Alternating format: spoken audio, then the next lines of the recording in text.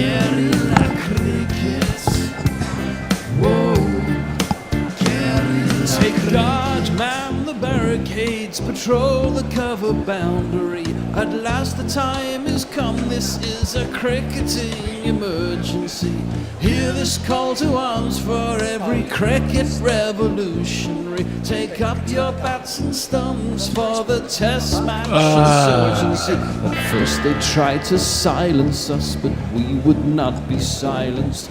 They threatened us with lies, so we threatened them with violence. Che Guevara, Sangakkara, Joseph Stalin, Douglas Jardine, Robespierre, Darrell Hare, Vladimir Lenin, O'Brien Kevin, guerrilla cricket.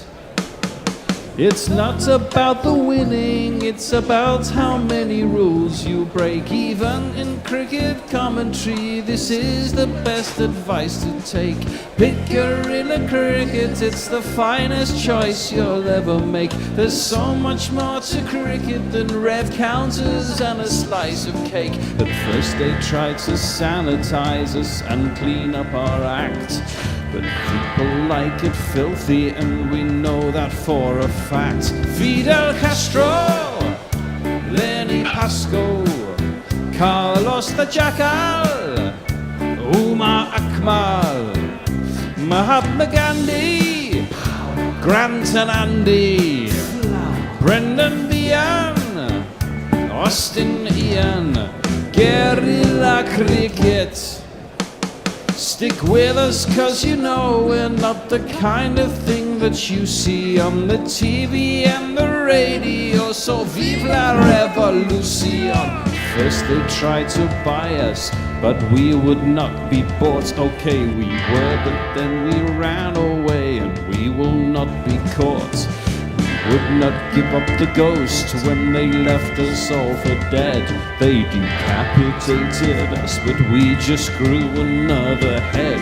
Chairman Mao, Jamie Howe, Ho Chi Minh, Asif Din, Václav Havel, Graham Saville, No Surrender, Percy Fender, Che Guevara, Sangakkara, Joseph Stalin, Douglas Jardine, Robespierre, Darrell Hare, Vladimir Lenin, O'Brien Kevin, guerrilla cricket.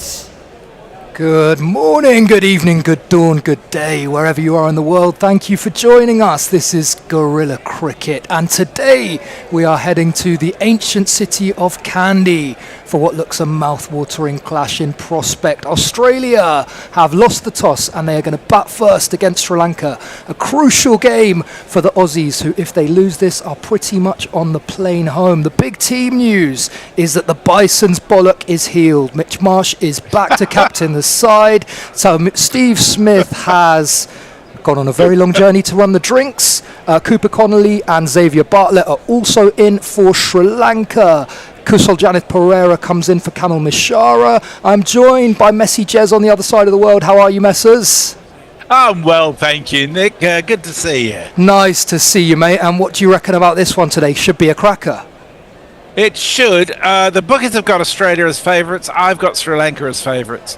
I frankly, the way Australia's played to date, not just here but in Pakistan previously, it's been woeful.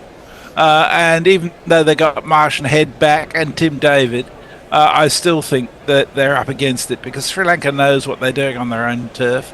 I'm surprised they put Australia into bat, though. I really am, because Australia have really bottled it chasing in the past. So it'll be interesting to see how they go. It may be that batting first suits Australia. Yeah, I was slightly surprised too, Messers, that Sri Lanka won the toss and elected to bowl. I think they've been a better chasing side. Maybe they might think there could be a little bit of dew coming in later on, because we're already, what time would we be? 7 o'clock. Yeah, Yeah, so 7 o'clock over there. So it could be that they think a little bit of dew might be well on the way, but it's a huge game for both sides. If Australia lose, then they'll have lost twice after that humbling at the hands of Zimbabwe. If Sri Lanka lose, the group's still wide open. You'll have three teams who likely will have lost one, and qualification could come down to net run rate. So we haven't seen a huge amount of jeopardy through the first 10 days of the tournament, but there's going to be plenty today. Russell Arnold's had a look at the pitch and he said there's grass on the wicket, but it should take some turn. So he reckons 170, 175 could be par or decently defendable total. I just get the feeling, Messers, that I agree with you, Australia have been in horrible form, but there's got to be a day when they click, doesn't there? And I fear it might be today. Yeah, it sort of feels like that should be the case, and it may be. I mean, I think they'll go hell for leather. Head and Marsh batting first. Green's been appalling. Well, no, he hasn't been appalling. He's made some runs, but he's been slow and he's got himself out. Maxwell hasn't scored a run for about 5 years. I'm amazed they kept Maxwell in rather than bring Smith in. Maybe it's because he can spin, but I don't think he spins very well. So, yeah. If Australia aren't 70 for no more than one wicket by the end of the power play, then I think they're fucked, to be honest. Well, I am very much in Sri Lanka's corner. Bennett, who's joining us shortly, will also be. So, Messers, you're in a Sri Lankan sandwich here today. If anyone is out there listening to us, please do pop up and say hello in the comments. If you like what we're doing, we'd love a little super chat to help keep the lights on. If you don't, we would less love to be slagged off, but we will take it nonetheless. So, I'll do a few messages before we get underway. Go on, Messers. Okay. Michelle Pfeiffer's with us. G'day, gents, she says. 12:22 a.m. Sydney time. Sudahu said they put it on this time because Aussies wouldn't be watching anyhow. That's pretty true. All wins from here, says Michelle, after sculling a huge pint of comeuppance against Zimbabwe last game. She says, who is awake when the sun is down in Australia? And Ghost Rider is with us. If Oz lose, they are pretty much out of it. I think they're definitely out of it if they lose this. I would have thought so, right? It would take a really strange sequence of events if they lose here and still go through. So there is Mitch Marsh, freshly healed from one of the most horrible sounding injuries known to man. Travis Head is wandering out as well in this rather fetching dark green kit. We haven't seen any sign of Team Sri Lanka. They can often be a little bit slow getting onto the field, but I saw a dash of yellow in the background somewhere. I am getting ready on the jingles. As you know, Messers, it's not my forte. Yeah. I'm trying to run the studio. Bennett. Bennett is connected to us, but he hasn't actually come on screen yet, so I'm just sending him a reminder. So hopefully he's on his way. T is here in the studio keeping an eye on me for the first innings, making sure that nothing goes too badly wrong. But while we're waiting for the first ball, let's jingle up Mitch Marsh. Why are the selectors always picking me? Because your name's Mitch Marsh and you look funny. Why are the selectors always picking me? Your batting at 6 is a tragedy. Why are the selectors always picking me? James Bond defines it's a bad comedy. Why are the selectors always picking me? You paid the selectors a truckload of money. And it looks to me like it's going to be Dushi Chamira with the ball in his hand, so I'm going to jingle him up. My old man Dush Mantha, he wears a Sri Lankan cap. He bowls it nice and quick, though his radar can be crap. That's pretty spot on, actually. I like it. I hadn't heard either of those before. They're both very good. So as you say, Messers, I think the power play is going to be really, really crucial here. I think the Sri Lankan side will be a little bit nervous. I wonder whether Australia might be slightly, liberated after that shellacking, or do you think they've got their tail between their legs after what happened on Saturday?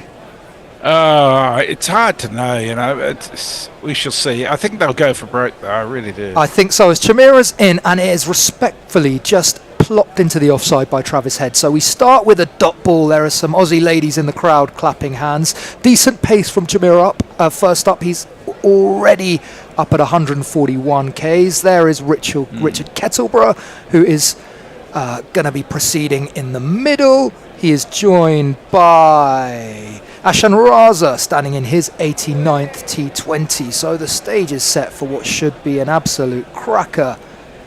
Has Ashton Raza widened even more? He does look wider than he is tall, doesn't he? Yeah. It's Sorry, I should talk. It's a packed house in Pallekele as Chamira is in again over the wicket to Marsh, and this time he gets it away, beats the infield, and the rider on the offside fence cannot stop that going for 4. It went very quickly, so Australia are up and running.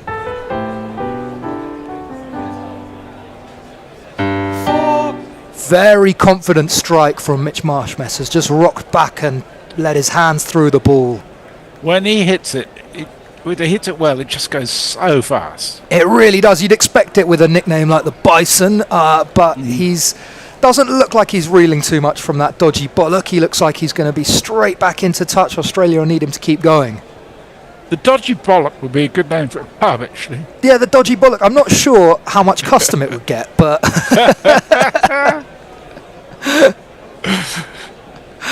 As Chamira is in again on his very long run. It's a little straighter this time. Marsh just drops his bat on it, but manages to sneak a single by the time it trebles over to the man at mid-on. So 5 runs from the first 3, and that brings Travis Head onto strike for the first time. Here he is. It's just a sweet Travis Head. A sweet Travis Head. From transdimensional Travis Head. So plenty of batting hypothetically with Maxwell at 7 and Connolly at 8, but someone's actually got to score some runs. Yes, Connolly's in for a spin, I think. Yep. I used not to rate him as a spinner, but I actually think he's decent enough now. He seems to be improving quite quickly. Yeah. Chamira stays over the wicket to Head, who picks that up straight away. One bounce into the crowd beyond mid-wicket. So the second boundary from the first over. Australia aren't going to go slowly here. Now my innings going, great guns, I hit the ball, 4 runs, I hit the ball and it went for 4 runs. One thing I noticed with Marsh, after hitting that first 4, he was quite happy just to find a single off the next ball. He's changed in that regard. He used to think he had to hit everything all the time. Keep going and going. Yeah, and I think turning over the strike is really important. Maybe he's gone to adjust his box or something, Messers. But that was an impressive strike from Travis Head. He seemed to just tap it and it flew off the bat. So Chamira is in again, 5th ball of the over. It's a bit shorter. It's still on the pads. Ball. Travis Head can't get it away, but they sneak a single through to the man at short third man. So 9 from the first 5, 10 from the first 5. My maths is already failing me. It's a good start from Australia, just what they were looking for. Little bit of movement off the seam from Chamira there, and it caught Travis Head just on that awkward place between the top of the pad and the bottom of the thigh pad. He didn't look very happy about it, but Australia take a single. So it'll be interesting to see who takes the new ball at the other end for Sri Lanka, whether they go with Thikshana or Pathirana, or maybe even Dasan Shanaka. They've been mixing it around a little bit lately. There is the captain on our screen as Chamira tries to get out of this over quietly. He can't. Marsh picks him up from outside off stump, slaps him all the way for 6 over wide long on. So it's a great first over for Australia, less pleasant for Sri Lanka. What do we got going on the socials, Messers? Okay, Michelle says, see, Australian military is holding Stark on an aircraft carrier in the Indian Ocean if needed. 1 helicopter right away. Except Australia doesn't have any aircraft carriers anymore. Invisible Bob, aka Will, says, all right, lads, how are things in Gorilla Towers? Lockie says, g'day, pumpkins. No Smith? Crazy. Yeah, I would have had Smith in over Maxwell any day of the week. Michelle says, maximum 24 at Pallekele. How good is the midwinter cricket? Yeah, it sounds like it's perfect conditions. And Clark Cockney said, it seems Australia decided not to cheat. I think he means by not bringing Smith No in. sandpaper Steve. And Sido says, quick single sounds like something I wouldn't be doing with a dodgy bollock. And Farong is with us. Well, thank you all for staying with us. We think this should be a really good one, and it is going to be Mahesh Dikshana from the other end. I'll let him bowl a ball before I jingle him, as I've been a bit laggardly here.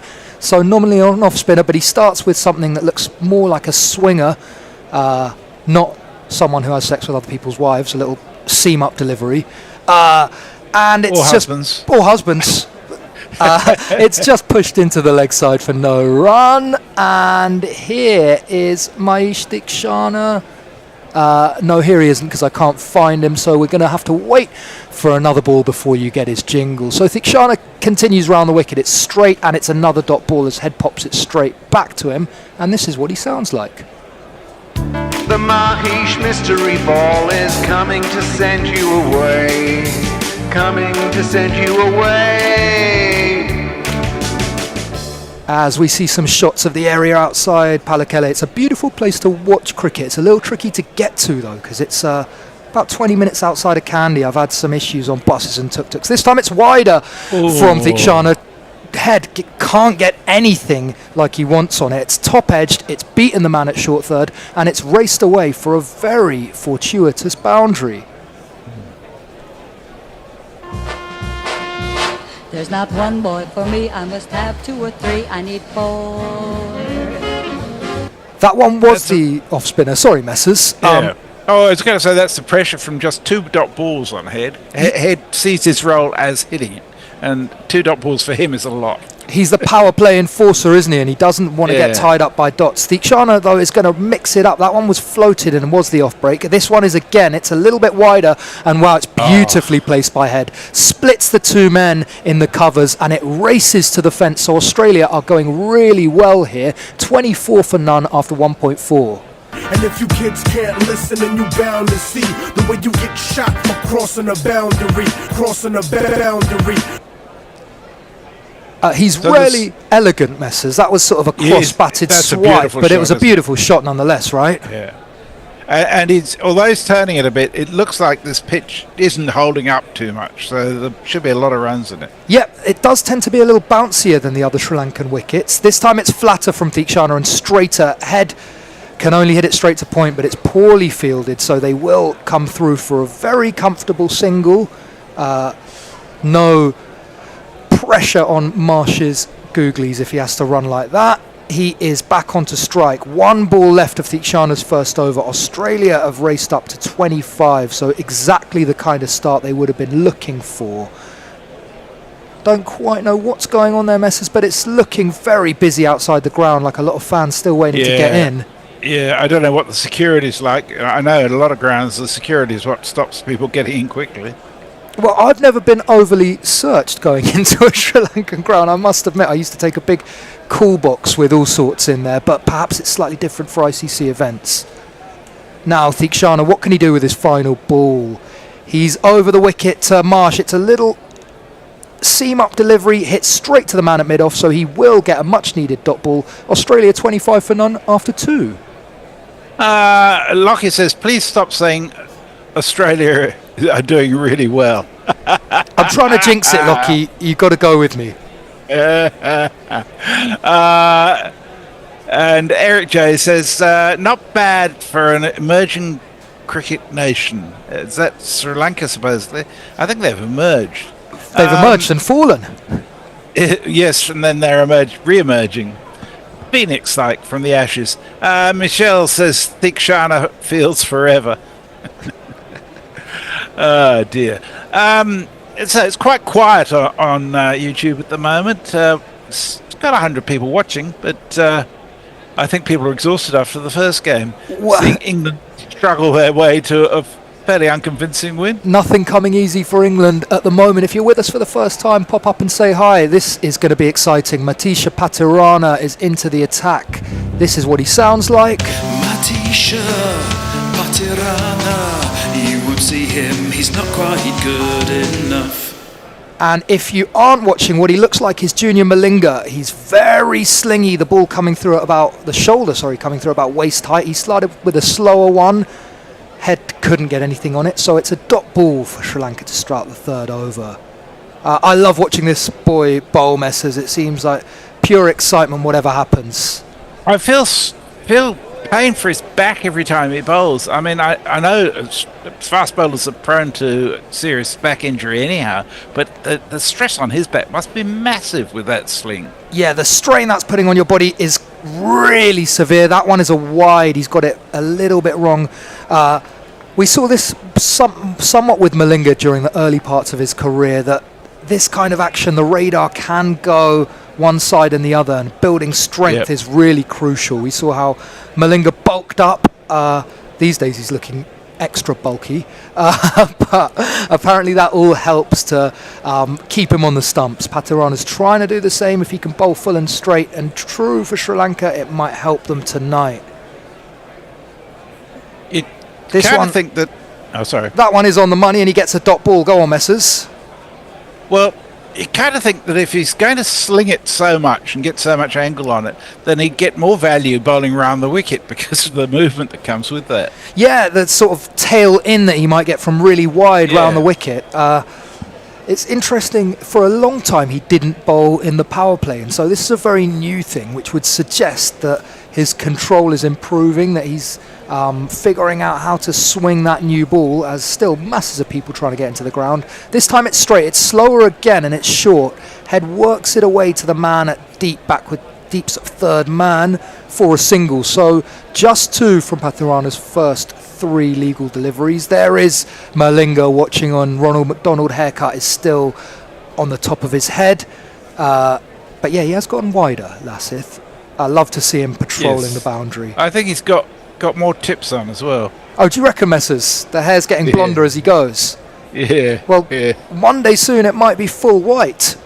It might indeed. I don't know that we'll ever be allowed to see it that way, though. The silliest hair, apart from Bethel, I've seen recently is Hayden's weave. It's just weird. I haven't seen Hayden's. I thought he was completely bald, Messers. Well, suddenly he's grown something. He's got something back. As Marsh tips one into the offside and manages to get through for a single. There are some haircuts on show in this World Cup. I'm not sure about Will Jacks's Eminem look. I think grown men bleaching their hair is always a little bit questionable. Well, add a mullet to that and you got the full set of shit. The Jacob Bethel skunk. Someone's down. Oh, it's Pathirana. He went clutching a hamstring after that delivery. He's down, isn't he? And that is going to be really, really bad news for Sri Lanka. They've already lost Wanindu Hasaranga to a hamstring in this tournament, and that doesn't look like he's going to be bowling much more. It instantly when it was that sort of pop after the ball, Malinga is looking rather concerned, and well, he might be, because this is going to mean, well, 4 overs at least for Dasun Shanaka, and a couple, I think, for the part-timers as well. They've got Kamindu Mendis, who bowls some, but Sri Lanka look like they might be stretched here as Pathirana is laid out on the pitch, having that hamstring attended to by the physio. So we hope that he can get up and continue his spell, because I was really looking forward to watching him bowl against these Australian batters, and I thought that was one of the crucial battles for Sri Lanka. But we shall wait and see. Have we got anything coming in on socials while we're waiting? Yeah, we've got a little. Who points out that he was taking the. Whoever said it was taking the piss about the emerging nation. Yeah, I knew that. Brown in Brisbane says, "I'm here." To which Lockie says, "Thank God." Invisible Bob Will says, "I love watching him. What an action." Carl Herbert says, you weren't here 5 minutes ago, Carl. He says, the Dodgy Bollock sounds like a good name for a pub. We just did that. Wow. Synchronicity. And Gareth Davis says, bloody rubbish. Only old farts like us would dare to diss the Beth Barnett. It's just horrible. No, yeah, I absolutely hate it. And I'd say I'm still quite young. Barely middle-aged. So Pathirana is having to be carried, or, well, sort of arm-arounded from the field. So very bad news for Sri Lanka. Dasun Shanaka is going to have to finish that over in his stead, and it doesn't look like he's going to be coming back on. So already under the pump a little bit. They're now going to be looking around the field for overs. Would Shanaka have normally been bowling 4 overs? Shanaka, I'll have to have a look, Messers, because they've gone between playing a sort of 7 batters, 4 bowlers, and Shanaka bowling 5, and then occasionally 5 bowlers, so he's more of a luxury. I think he was slated to bowl 4 overs tonight, so we might be... he can only do 3.2, can't he? So he can only do 3.2 now, so I guess we're looking into... As he comes in to finish this over for Pathirana, he's over the wicket, it's short and it sits up and Head slaps that away, it flies to the boundary, so Australia really going. And if you kids can't listen, then you bound to see the way you get shot for crossing a boundary, That was a real... Strange, that was a gimme. And some real kind of tennis ball bounce messes, it just sat up so much, he seemed to have forever to rock back and place it. Oh, Head loves that. I was going to say that after the ball before he went down, that I thought they'd actually got their legs much better, and so that they weren't going for as many runs. But if they bowl that length, Head will just milk them all day. Yeah, and the width, I mean, anytime he can free his arms, right, it's bread and butter. So I've just had a look, Messers, and it looks like we do have 4 out-and-out bowlers, so we're going to have to see 3.5 shared between Shanaka and Kamindu as Shanaka gets out of that over with a dot ball. So it's a mixed one for Sri Lanka. They'll be really upset about the injury to Pathirana, but they do concede just 4, a much-needed quiet over. Indeed. Philip Shaw says, I've just found out the Mac lads have a new album out. The irony is, as they always have, is taking the piss out of their fans who believe the band are not taking the piss. I get it. Gareth Davies says, in the way Australians have sandpaper nappies. Beth Barnett is a navigation light for aid for light aircraft, says Eric Joe. And Steve Bruce says, hi all. Messi, have you heard of Paul Dunnett? Indeed, I have. He's an Australian journalist, love his Instagram videos analysing cricket. He also has a podcast. Would love to see if you could work your magic and get him on one day. You never know your luck. So Thikshana to continue, and Marsh starts with a single pushed into the offside. I was thinking the Dodgy Bollock Messers, if it wasn't a pub, sounds like quite a good punk band. Yeah, or a podcast name. Or a podcast name. What would it be a podcast about? Anatomy? or sports science? Anything you like, really. It doesn't matter what it's about as long as you get people in with the odd name. So what's that about, they'll say? Thikshana goes round the wicket to Head. It's wide and it's short. It's a pretty shit delivery, to be honest, but he gets away with it. It just sort of is tickled into the offside for no run. So Australia now 33 for none after 3.2. They've got another 2.5 overs of the power play to maximise with just 2 men out. So you think Head's only got one thing on his mind. Yeah, absolute full-out attack.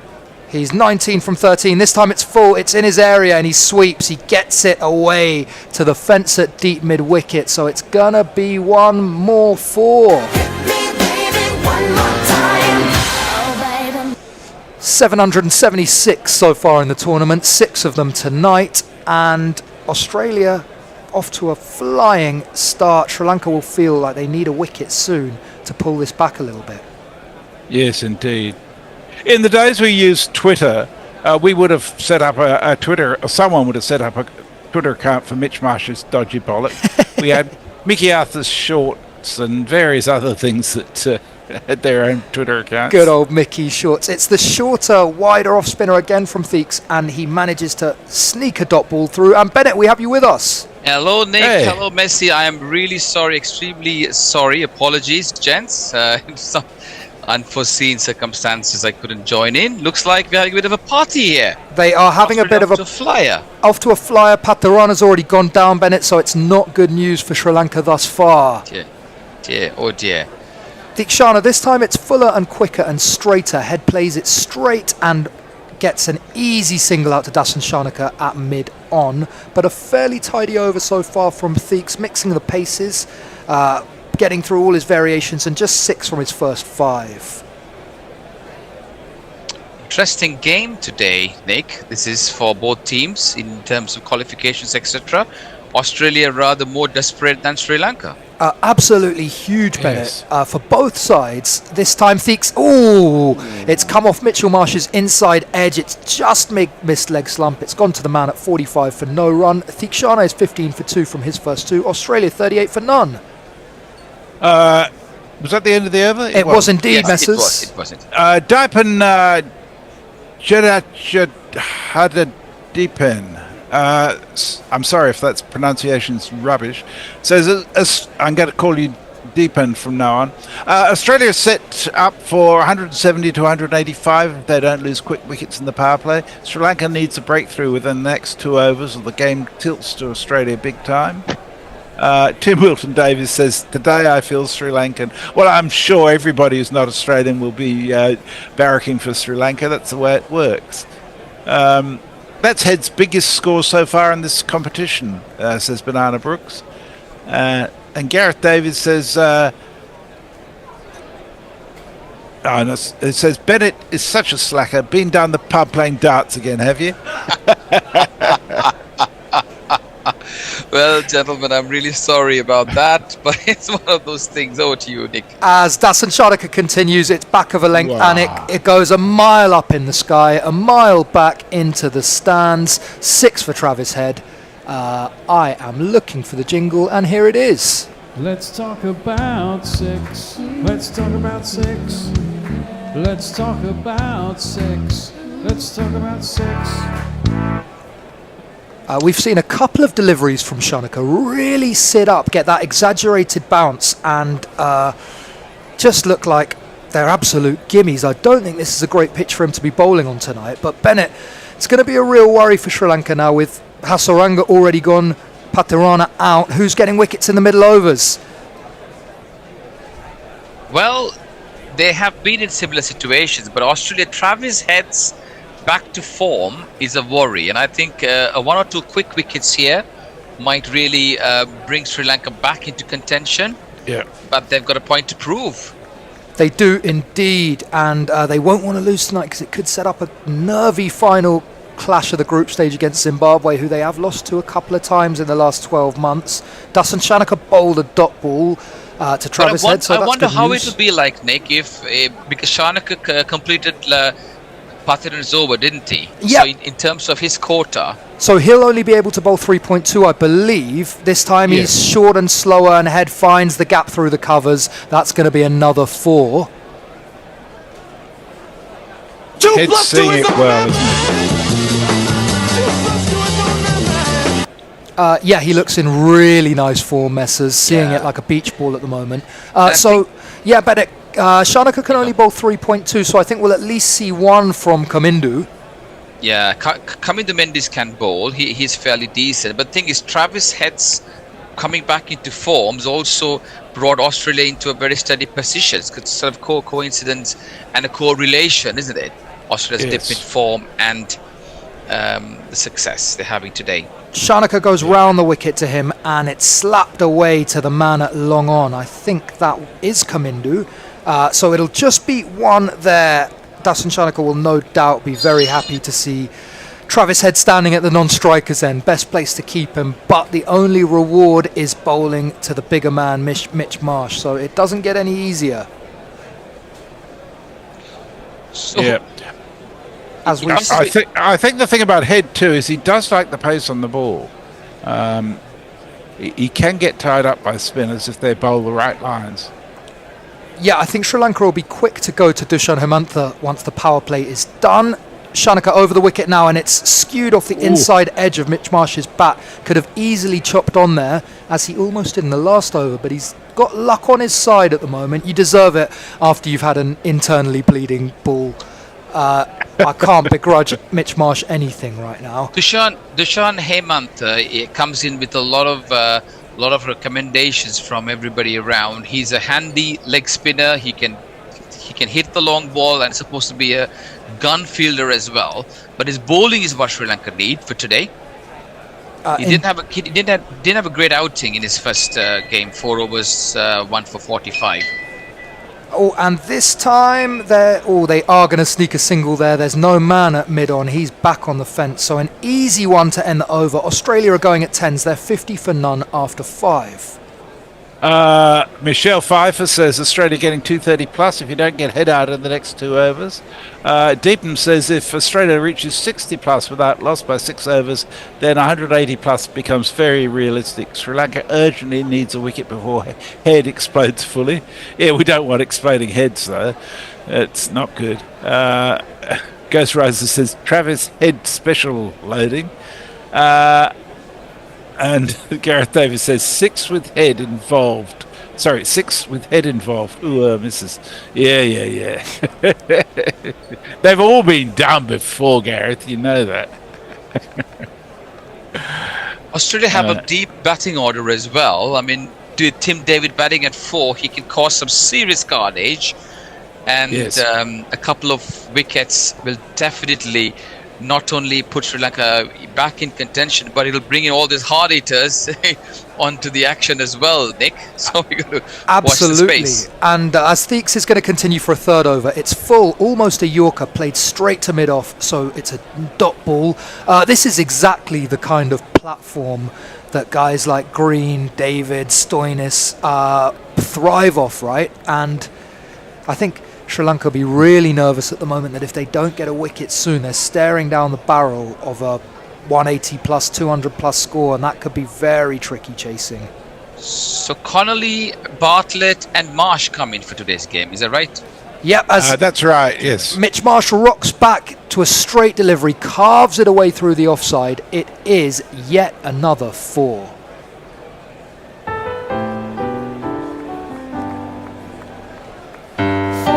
It was the carom ball from Theeks, but whatever he bowls at the moment, it seems to be going. The punishment is unrelenting for Sri Lanka. There's only one end result at the moment, it seems, Nick. So who did they leave out then? Sri Lanka or Australia? Australia. Australia have left out Kuhnemann. Theeks is in again. It's short. March rocks back, same result. It's flying away to the boundary. It won't be cut off. It has gone quickly. That went like a tracer bullet. So, Bennett, I believe they left out Kuhnemann, they left out Dwarshius, and I think they've also left out Maddie Renshaw. It's a bit unfortunate for him. That's unfortunate, isn't it? I mean, he has looked good. He has come back into form. That's a very harsh call in my 2 pennies there. It is. He held them together in previous He did. games. I mean, he doesn't seem kind of luck, isn't it? First as an open, and then there you go. Fuller from Theeks this time. Marsh goes aerial. He doesn't quite get all of it, but plenty to pick up another boundary. 3 boundaries in a row. So 3 boundaries in a row. Marsh breaking free. 26 or 14. Yep, he knows how much I hate the jingles, and he is keeping me busy. And Sri Lanka making that one change, Kusal Pereira. We all know what Kusal Pereira can do. Anyone who remembers the test in South Africa where he single-handedly won, it looked out of form for a long period of time, but Sri Lanka banking on experience, he should come good today. Straighter from Theeks onto the leg side. It's going to be another boundary though, as Marsh gets the sweep out, beats the man at square leg. This is a really, really bad over for Sri Lanka. I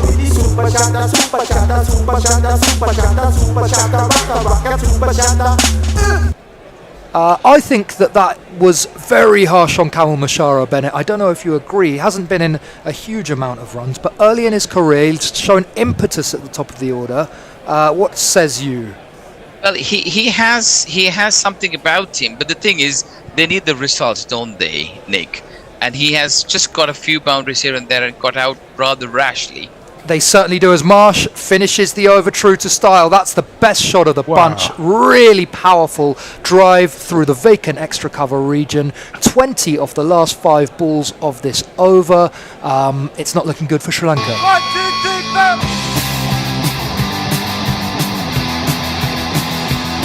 4. He gave himself some room there, had a full swing of the bat, and it flew.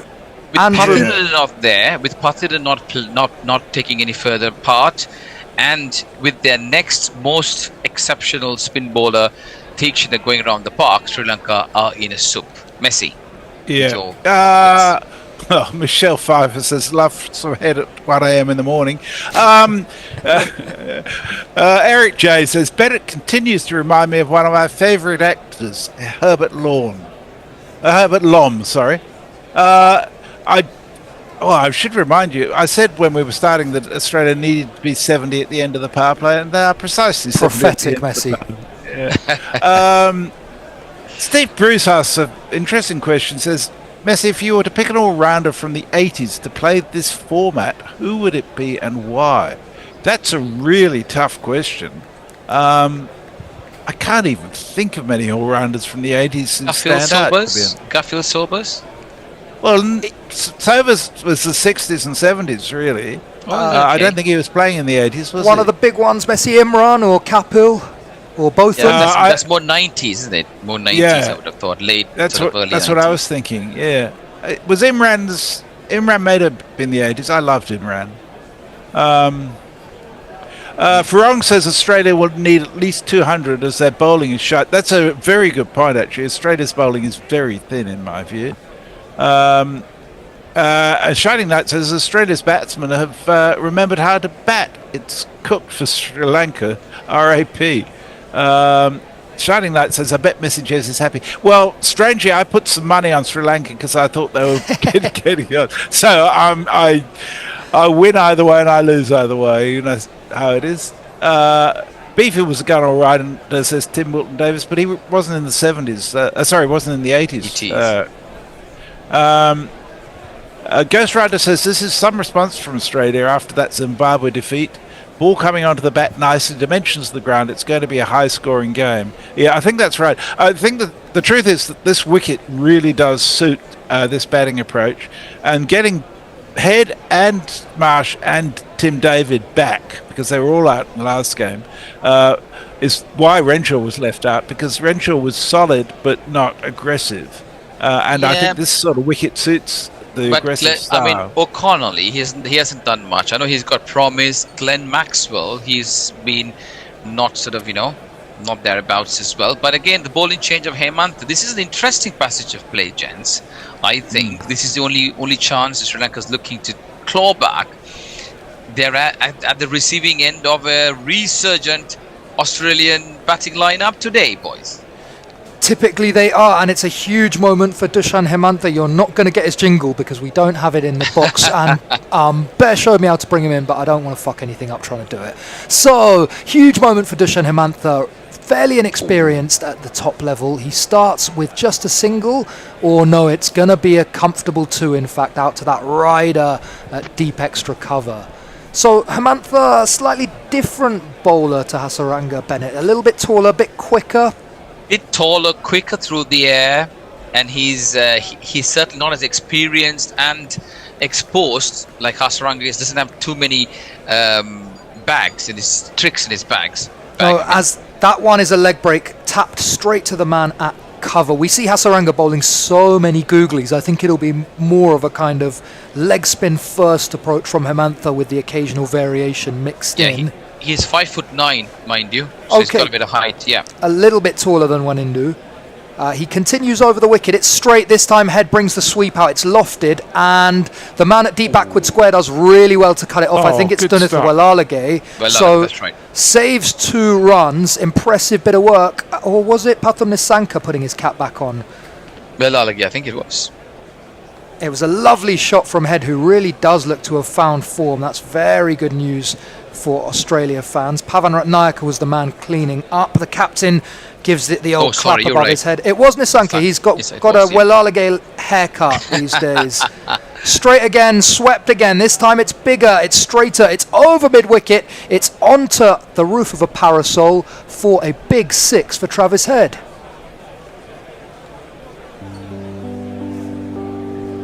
I'll be your... Wait, wrong one. Yeah, I've picked a...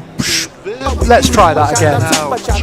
And now I've got 2 playing at once. It's all going wrong. Bear is going to be... DJ, mixing it in. Mixing the old one still playing. It's all gone horribly wrong. It only... You can move the slider down. I have tried to do that, Messrs, but it insists on playing. There we go. I think I put it on twice.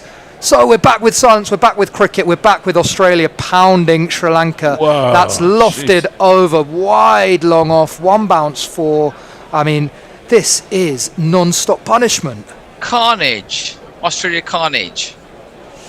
And you did say, Bennett, that Dushan Hemantha went for, what was it, 40-odd against Oman the other day. It did, Not actually. a very promising sign. He looks like he might go for plenty again tonight.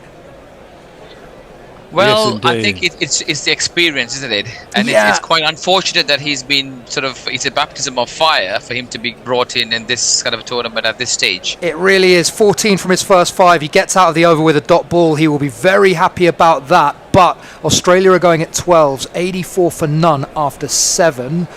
We are due a change here, I believe. We are indeed. I'll do one last message. Sake and Vegemite says, here in Fukuoka, Japan, the only person I can talk cricket with is the chef at the Sri Lankan restaurant. How will my curry taste tomorrow night? Well, you better not have the Australian accent out too much. Well, don't you Okay, worry. I'll catch you later. See you later, Messi. And I think it's Nick, you on your on socials, and we've got Arnav who'll be joining us. So, feel free to chat with us, message us. I forgot the name of the gent who was actually messaging from Japan. We're all about cricket, Gorilla Cricket. Keep us going. You can send us a few super chats to keep the boys entertained as well. As you know, we're keeping this live and out to wherever you are. It's Bennett and Nick here, along with Arnav, who'll be joining us shortly, taking you through the next passage of play. Sri Lanka in a rather perilous stage, losing their frontline bowler who was injured out. This one's over pitch and driven nicely. Pallekele's first delivery is driven handsomely by Marsh between extra cover and mid-off for a boundary. 88 for no loss. Hello, Arnav. How art thou? Hi, Bennett. Hey, All Arnav. good. These two have really got off to a flyer, haven't they? They're going some. Absolutely. And I think it's just wondering how they can curtail these two, or getting a wicket could bring even the more run-hungry Green and Tim Wood and the likes of Maxwell into the equation. On the back foot goes Marsh, punches this one with a lot of power, but it goes to the sweeper area. And this is some clips we're watching from this partnership, and this one's so it's Marsh and Head certainly giving Australia a great start. They're 89 now without loss. Sri Lanka have lost Pathirana, who was bowling his very first over to injury. It's Pallekele. This one, he darts this outside the off stump, as he's seen Travis Head dancing down the track. This Head's got his 50 now. His first 50 of the tournament for him. Well done, Trav. Have you got a jingle for him at all, Nicky? I reckon we can give him a jingle. Sorry, Bennett, I'm struggling with the socials here, but that's all right, don't worry. Yeah, we can. That's okay. Take your time. So, Here we are. Pallekele, 100 for Travis Head. Half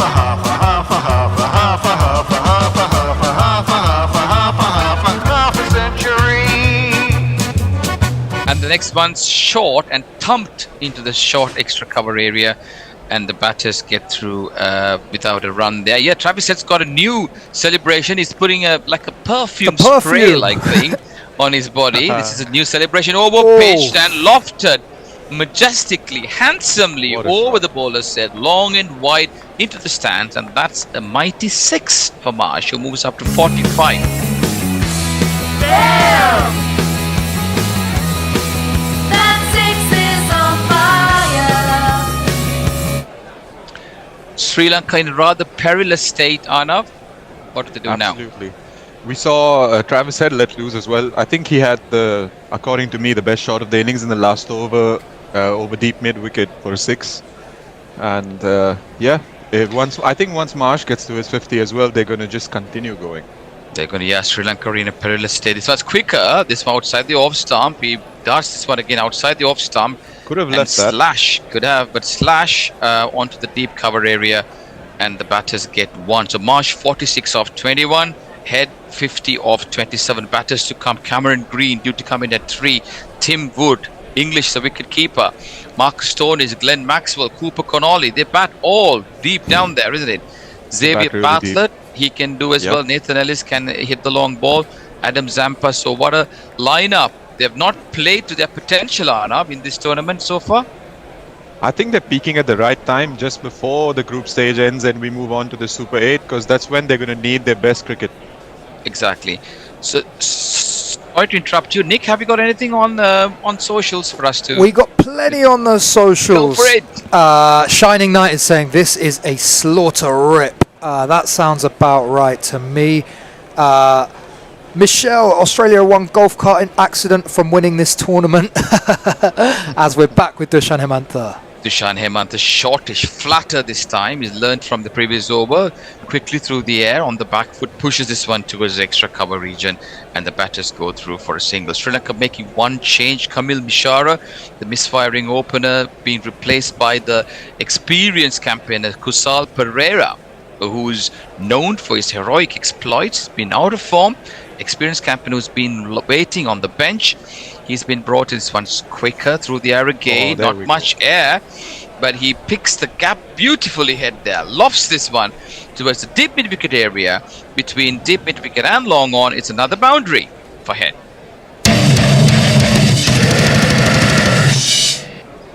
He loves hitting him there. Yes. Sorry. That's the kind yes, of, you were saying? That's the kind of spot, isn't it, he likes? Yeah, I think the bowlers have got the line really wrong. Travis said you either have to cramp him up for space, bowl it right into his body, or maybe bowl it outside the off stump. You can't bowl it on the stumps or towards his leg side, because then he's just going to whack. Agreed. So they've lost two experienced bowlers here. With this one's outside the off stump, he lifts this one, and he lofted it straight into the long off's hands there. So Travis Head loses his wicket after a very well compiled 56 off 29. Hemantha getting the reward. He was putting that away outside the off stump, making Travis Head seek the ball from outside the off stump and hits it straight into the hands at long off, and that's the end of the first wicket. The Australia lose their first wicket with the score 156. The crowd says, the crowd says, the crowd says you're out. Sorry, 104 for one. Anna, what are your thoughts? I felt a bit like Ricky Ponting there, just the previous ball. I said that they should bowl outside the off stump, and they did, and he got his wicket. Go on, Anna. Scored on. I'm going to take some credit for that. The old assist. Yeah. So what should be the strategy be for Cameron Green then, Ghana? Oh, I think they should try not to let him rotate strike early, because he's not going to score really soon. He's probably still going to put Marsh on strike to begin. So they need to bring the field slightly in, put some catches in place. Indeed, he's a slow starter. Yeah, slow starter, and I think Sri Lanka will do well to keep him backing on one end and I put a little pressure from that end. Sri Lanka, Australia both vying for a spot in the Super 8, is it called? It is indeed. Super 8, yeah. Lots of stiff kind of competitions in the moment going around with sort of good games in the cards as well. So watch the space. This one's quicker and he's finding his rhythm and loop here. A bit more kind of consistency from Hemantha on the back foot, pushing him into the covers. No chance of a run. So the batsman out. Travis Head. The new man in is Cameron Green. As that's a good delivery. Quicker on middle and off. And the wicketkeeper takes the bails off. And are they going to review this? I didn't think the foot lifted at all, but it's a nice kind of change in the momentum of the match, isn't it? A wicket followed by a little chance. A bit of pressure. A bit of pressure is always good. They have decided not to take the review on that occasion. And yes, Nick, you were right. There's no movement at all. And as you predicted, Anna, slow, nervy start for Cameron Green, sort of coupled with some clever, intelligent bowling by the Hemantha as well on this occasion. So a keen tussle here between bat and ball. Cameron Green yet to get off the mark. Hemantha's got one more to go. He's an experienced campaigner from the local setup. He's early 30s in terms of age. Over pitch driven this one. Much better looking shot with a bit more conviction. And that's the end of his over. Over number 2 gone. 1 for 22. The wicket taking over there. At the end of over number 9, 105 for 1. What have you got, Nick? We got plenty. Eric is saying Smithy's busy looking for a hardware store in downtown Colombo. There's plenty of them. Gareth Davies, Arnav has the foresight of Jay Grover, but in a guru sort of way. I think that's a compliment, Arnav. Greystoke take it. is reflecting that Cam Green fetched 4 million at the IPL auction. Eric J says Bull Laurie said that. I'm not sure if it's a typo or if it's a new one. I like it either way. Gareth Davies says, what no twitchy off bed then? Golf in the morning, 39 degrees C. And Greystoke says the only thing longer than your handle is the time to read your posts. Love it. Oh, brilliant. Keep them coming in. Keep Nicky B busy.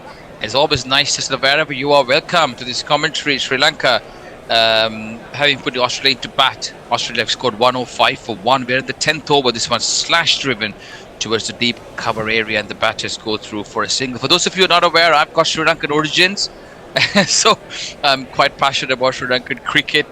And I'm an honorary Sri Lankan. I lived there for 2 years, and I wrote a book about Sri Lanka, so they're my team too.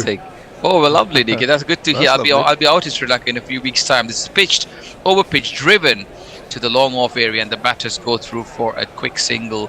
Where were you? Which part of Sri Lanka did you grow up? I was just south of Colombo, Bennett. So I taught at St Thomas's in Mount Lavinia for a year. Oh my God, I studied at St Thomas. No way. St Thomas College. We need to talk offline. So, we certainly do. This is great. Yeah, that's really great. Outside the off, some slash driven.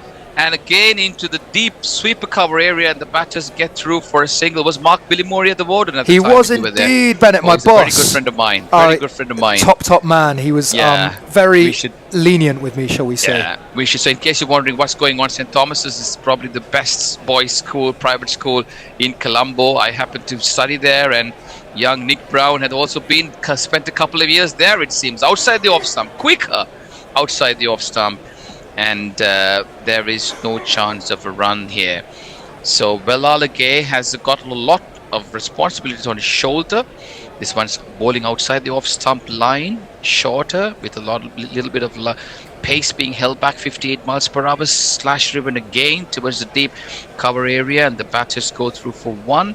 2 more balls to go in that over. Unfortunately, I won't be able to go in any of the matches. I'm off in Thailand for 4 days, and then to Sri Lanka when the games are all over.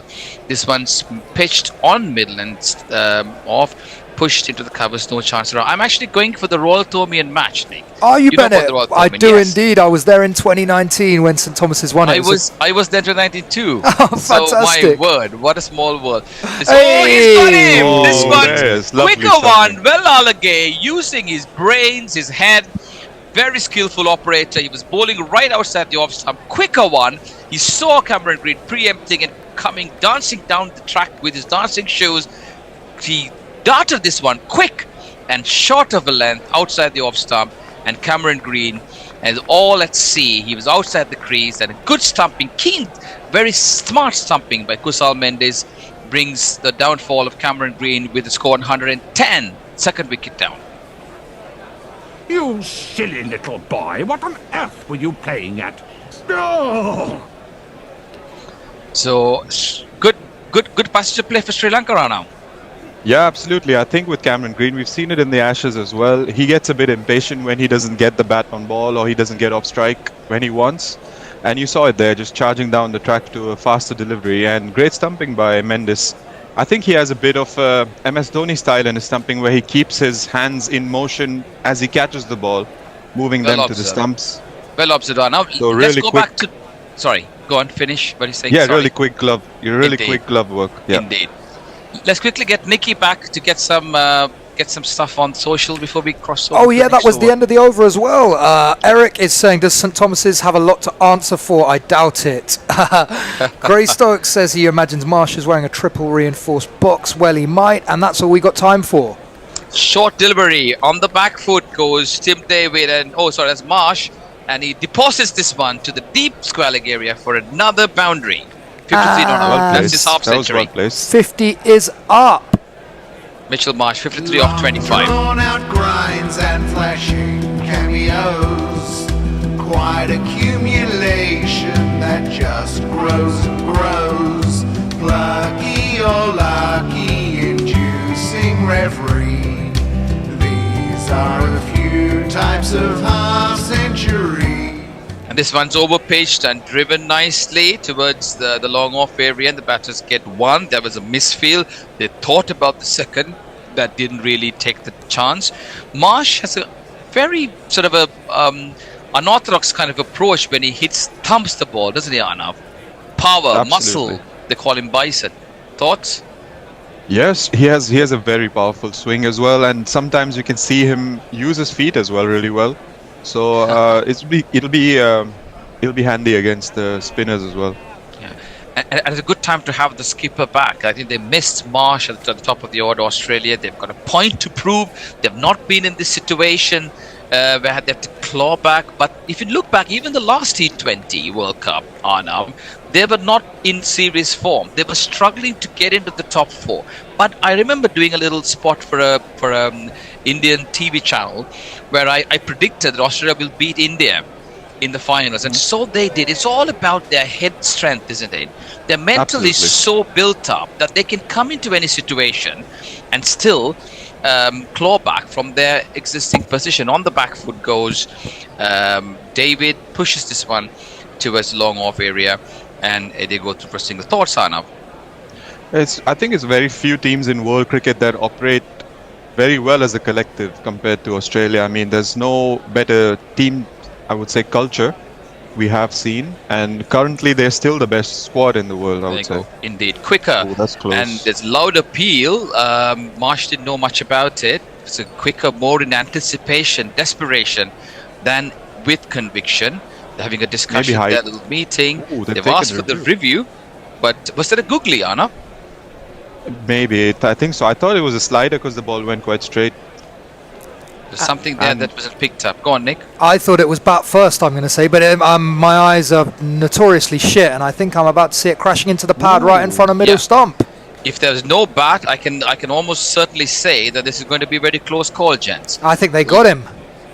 Yeah, I think it may have come back, or something to do with the ball, a straighter delivery perhaps, but Sri Lanka are excited, and so are the coaching staff. It'll be good to have Marsh, see the back of Marsh, who was breaking free, scoring at a 200 percentage. He's got a strike rate of 26 balls, 54, and here we are, the verdict: pitched in line, impact in line, and yes, it's crashing onto the stumps, and Sri Lanka have broken through and got the dangerous Mitchell Marsh LBW of Hemantha looking good here. Second wicket for him in his third over, and Sri Lanka back in contention. Sorry, Bennett, I let that one go early. No, that's okay. Don't worry. The longer you're on with me, the more you'll learn that the jingles is too much for me. No, don't worry. You're doing well, by the way. Well done, Nick. So Nick doing a stalling job at the studio here, manning the show with a lot of enthusiasm and keeping us all going as well. So if you're watching out there, you want to tell us what you think. Any thoughts, anything about cricket that you want to share, please feel free. Arnav, so what happens from here now? How do Australia approach this? I was just looking at the batting lineup, and doesn't seem that they have any batter who's considered like an anchor. It's just power hitters. So, well, that's what they have to do. But they got 10 overs now, pick up where they left from. Yeah. Exactly. But still, they would still want to score at a higher clip because for the net run rate, they haven't. Oh, sorry, Arnav. The next one's quicker, leggy, stumping. And I don't think the ball carried on to the keeper, did it? Let's find out. English's first ball, he was very lucky to be there. He didn't know much about that. He was almost walking out of the stump, and this one's nicely looped with a lot of rip and purchase. Oh yes, he missed that. That was some an extra opportunity. Bounce there. Extra bounce and purchase of the wicket, and that would have been 2 in 2 for Hemant. The beautiful turning delivery. Kusal Mendes lets the ball pop out of his gloves with English well short of the ground. So missed opportunity for Sri Lanka. Next one's driven to the extra cover area, and the batters go through for 1. At the end of over number 11, 117 for 3. What have you got, Mickey? We got plenty coming in on the socials. Lockie says at least Green is consistent. Jay Grover is with us. Jay, you knew I was going to read this one. Might have mentioned this before, but Nick wrote a very good book about Sri Lanka. Jay, I need to get you on in some official PR capacity. Dippern is saying Sri Lanka's game plan working now. Remove set batters, force new players to rebuild. Eric says Jay has read almost everything ever written in that shed. Ghost Rider got him right back in now, Sri Lanka. And Suta, who is saying Inglis is the only anchor playing left. Lockie says, to be fair, Trav and Bollocks have done their job. 117 for 3, half the job done. Where do we reckon they're ending up, chaps? And I don't think actually they have a single anchor in the team. The closest we can get to is Josh Inglis. On the back foot goes Inglis. This one just places this one towards the mid-wicket area, and the batters go through. I'd say they have to target. I'd say they have to target at least 200 from here, because they were 100 at the halfway point, so that's the natural, the target that you set. But 220 would be obviously ideal, because then they can look to be a bit relaxed in the field. I think they're going to struggle with that. That should have been what they were hoping for, but Sri Lanka's pulled on the brakes, haven't they? But it all depends on how they're going to go on then. Anna, sorry. Yeah, they'll go through the overs really fast as well, because they're going to just bowl spinners, so it's going to be difficult to settle down.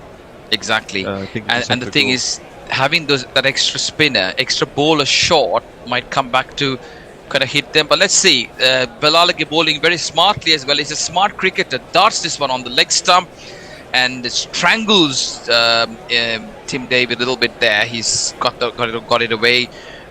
Was it a wide, is it? How's that a wide? Didn't he hit his pads? I thought it did. Well, such a shame for Sri Lanka that they can't turn to Pathirana during this period. Indeed. Absolutely. On the back foot, pushes this one towards the covers. We'll come back to you again about that early delivery. We are all confused how that was called a wide, but yes, it has been called a wide, the ball earlier. But Sri Lanka doing well. Dushan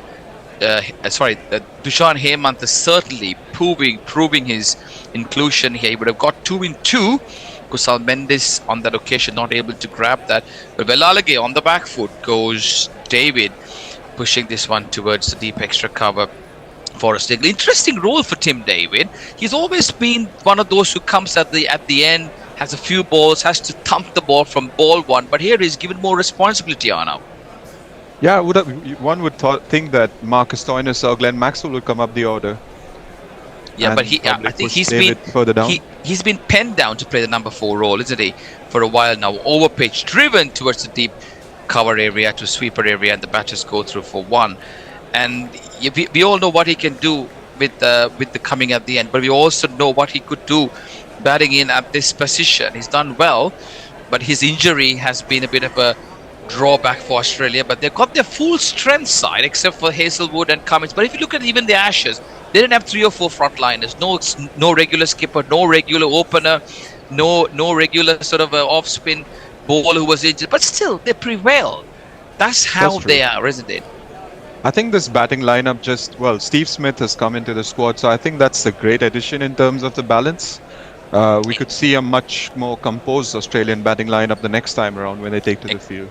Experience counts on the back foot, pushes this one to the covers, no chance of run. But with Mitchell Marsh now playing, I don't know whether Steve Smith can be officially added to the squad now, because he was supposed to be the call in. This one's over pitched, a bit of air there, a hoik there. Absolutely didn't know anything about that. One-handed hoik, outside edge, the ball balloons to the boundary for another boundary. End of over number, and the end of that over. Nick, you can come in after. I am here. Suter is saying Maxwell plays like an anchor now because he can't time shit. Dippen says if David fires in the last 5, 195 to 10. If SL keep taking wickets, 175 to 190. Greystoke says David has never impressed me. Happy to be wrong. Obs. Tim Wilton reckons Tim David has a good name. It's a good name. Lockie says he's seen him do amazing things. Plenty of David debate out here. Not even that 100 not out he got. And Messers is saying Smith has officially been added to the squad in place of Hazelwood. Can always rely on Messers for the latest news. Okay, that's interesting how they brought in a batter for a fast bowler. That's interesting indeed. But Tim David, wasn't there a pop star called Tim David? I think Australia did something similar in the 2011 World Cup. They took out Dirk Nannes from the team and brought Michael Hussey. Messers, can you correct me on that if I'm wrong? Mike Hussey really was a match winner, wasn't he, in that sort of series? Obviously, he had a great World Cup. Oh, here we are. So here's the little bit of a solution to the puzzle. Is Kamindu Mendes, the extraordinary bowler who can bowl with both arms. He's been entrusted with the ball because having to bowl a few overs with the loss of Pathirana, who's been out of action after injury. This one's good shot into the deep cover area and good stop by Pawan Ratnayaka, the newfound middle order batter for Sri Lanka. And he'll have a lot of work to do. 2 runs in that. This one's over pitched, but driven back to the bowler, and no chance of a run. And he started with the left armers, normally much more confident with the off breaks. Interesting. Left arm right round through the wicket, over pitch, driven handsomely and precisionally in terms of the position there. Is to go towards the long off area. The fielder had to run around for a little bit, and he never cuts the second run. Only one to the scoreboard. 130 for 3. English on 7. David on 6. Australia looking to gain some momentum here. Plenty of wickets intact. A number of overs as well. Plenty of batters to come. What will they do? This one's over pitched and driven uppishly, and it's gone straight into the hands of long off. And he didn't get hold of that. Coming to Mendes, doing some magic here and getting the dangerous Tim David out. Bit of pressure built there for Australia. Before that, 130 for 4. Australia lose their 4th wicket, and Coming to Mendes has been the bowler on that occasion. Nikki. I've tried, it hasn't responded. Here we go. Just fuck off! And a great sign for Sri Lanka, seeing that super stopper out on the outfield, getting rid of a bit of dew. This could get harder for the spinners as we go on. Indeed. Arnav, your thoughts on the dismissal, Arnav? Again, I would say that was. I don't think it was a shot to be hit on the up. Could have played it along the ground, maybe into the gap for a couple of runs. But you can see that the pressure is building on them to continue to score at the same rate. So they're trying shots which they probably shouldn't be playing at that stage of the innings, and losing their wickets to catches in the deep. Indeed, but some clever bowling. Coming to Mendes is a clever operator. So is Pallekele. He was under 19. He is indeed, and can you imagine? He didn't find a place in the team, in the squad before the last minute changes. They dropped Dhananjay De Silva to bring him in. He was topping all records last year. Had a bit of out of form for a while, and he's been sought after by the franchises, including the IPL, but not found favour. But fortunately for Sri Lanka, he's coming to the equation. He has had a couple of good innings so far. 2 more balls left. The new batsman in is Glenn Maxwell. Coming to bowls is once again on a good line and length. And Maxwell pushes this one into the covers, and the batters go through for a single. So interesting changes to the Australian team. They still have Marcus Stoinis and Cooper Connolly. They rate him very highly, don't they? He's in and out of the side for a bit. Is Bartlett after that pitched over pitch, driven nicely into the short. Extra coverage, no chance of a run. End of over number 13. 131 for 4. English on 7. Maxwell on 1. What have you got, Nikki? That all happened very quickly. We've got plenty going on in the socials. Lockie says Tim is a very meek name. Fair enough, Lockie. It's my dad's name. Greystoke says Hazelwood versus Smith, probably a bowling loss. Suter says he was falling away and just tried to power it. Greystoke is asking to tell him a great David innings or even a good one. Suter replies 102 not out in a T20. I think there were some fairly useful cameos for RCB last year as well. And we are due a change here, I believe. Tony is lurking. I think I am going to make way. You guys staying on? Yeah, I'm on socials now. Bennett, Tony's asked if you could stay on as we're missing one. Yeah, sure. I can stay on. Yeah, I'll do. Okay, so it's new over by Pallekele, and this one's driven, and the batters is just coming to bowl the Pallekele, and Maxwell plays it away, and the batters go through for a quick single. Just bear with us as we're crossing over here, and Sri Lanka have done well in the last few overs to come back. Anna? Yeah, absolutely. As we can see, the spin is where their strength lies in their bowling attack, and they've been on target, and they've worked according to the plans of not letting batsmen settle down and getting new batters at the crease at regular intervals to keep That one was just pushed away by English for a single. Pallekele, the bowler, 133 for 4. Your Brighton mate Ed was supposed to be on, but I've not seen him appear, Arnav. Oh, was he? So I'll just message him. Well, if he can't, then Bennett, I'm sure, is happy doing that. That's defended. Back to the bowler by Glenn Maxwell. Didn't have the greatest of big bashes, did he, Bennett? I've messaged him.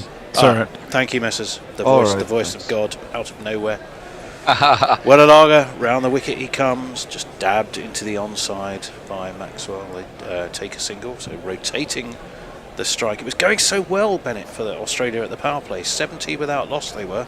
Indeed, they were, Tony. It was too good to be true, wasn't it? And I think the couple of quick wickets have put them back now, Tony.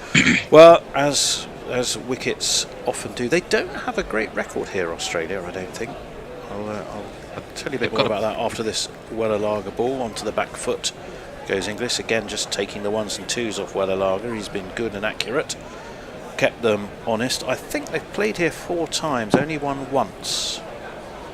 They've got a point to prove, haven't they, Tony, now with the current condition in the setup? Well, I think they do, yeah. And this group, of course, has been busted wide open by the defeat to Zimbabwe, which means they really do need to win here. Sri Lanka sitting top at the moment. That's a tumbling stop at backward point, but again, it can't prevent a single.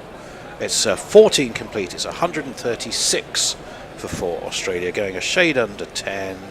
Ed has appeared. So Bennett, you can have a little break. Sure. We shall Thank you very much, guys. See you later. Session. Thank you very much.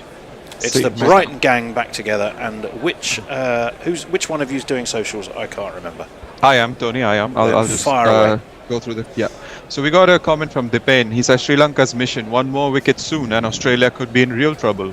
This match has turned from Australia 220 plus to can they even touch 190? What do you reckon, Tony?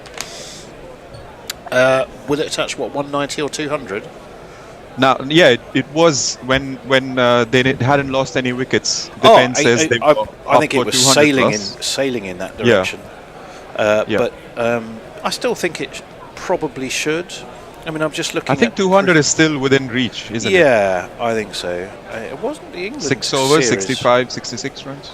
What was it in the England series? I think it was about 150. Am I right? I think so. That was the average of the 3 T20s played just in January. Biggest score recently, of course, was the one in this World T20, but that which was by Sri Lanka. But, and it is a but, it was against Oman, of course. So, but that was 225 for 5. And I think we've lost Ed. Disappearing Ed. He was there and he's gone. He's been in and he's been out. Ed's gone. Ed, how they say in the UK. Ed's gone. Ed's gone. Yeah. Ed's Ed has gone. Ed himself has gone. All of Ed has gone, not just his Ed. No, he's here. Oh, we have one more comment from the Pen. There we go. Sorry, I couldn't hear you, Tony. I could hear everything else. Hopefully, well, you're back. Hello, and we Ed. can hear you now. Yeah, excellent. They're having a drinks break, so we have time. So far away for some more messages.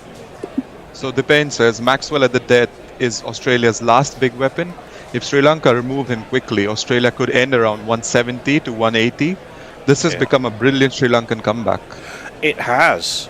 Nothing slows a run rate down like taking a few wickets. Absolutely. Mind you, it's Pathirana they've lost, isn't it?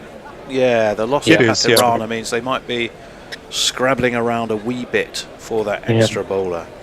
And I'll tell you what else I noticed, just literally before I go for that last wicket, the LBW, which was pretty plumb. I'm sure I saw the spirit of Niroshan Dickwella in Kusal Mendis's leaping around behind the stumps, because he was like an absolute jack-in-the-box. But Dickwella has a lot more to say than Mendes does. He's chattier, but he certainly had the animation of Dickwella. It's going to be Kamindu Mendes in, and it's turned away towards leg. They should come back for a single. They do, or they take a single. I thought they might take 2. They didn't. So Inglis is on 9. Maxwell's moved on to 5. That run rate's still touching 10, but that's largely courtesy of the way they attack the power play. It has been hauled back a bit since then. That's fetched and thumped away down to deep mid-wicket by Inglis. But again, just for 1. There's a lot of effort for just the 1 run went into that English shot. The man from Yorkshire found his way to Australia. 138 for Maxwell. Haven't really seen him fire yet, I don't think. That said, he's fired. He must have heard me, because he's launched that over long on for a full 6 pennyworth. Absolutely. The opposite of commentator's curse. Well, kind of. It was the commentator's encouragement.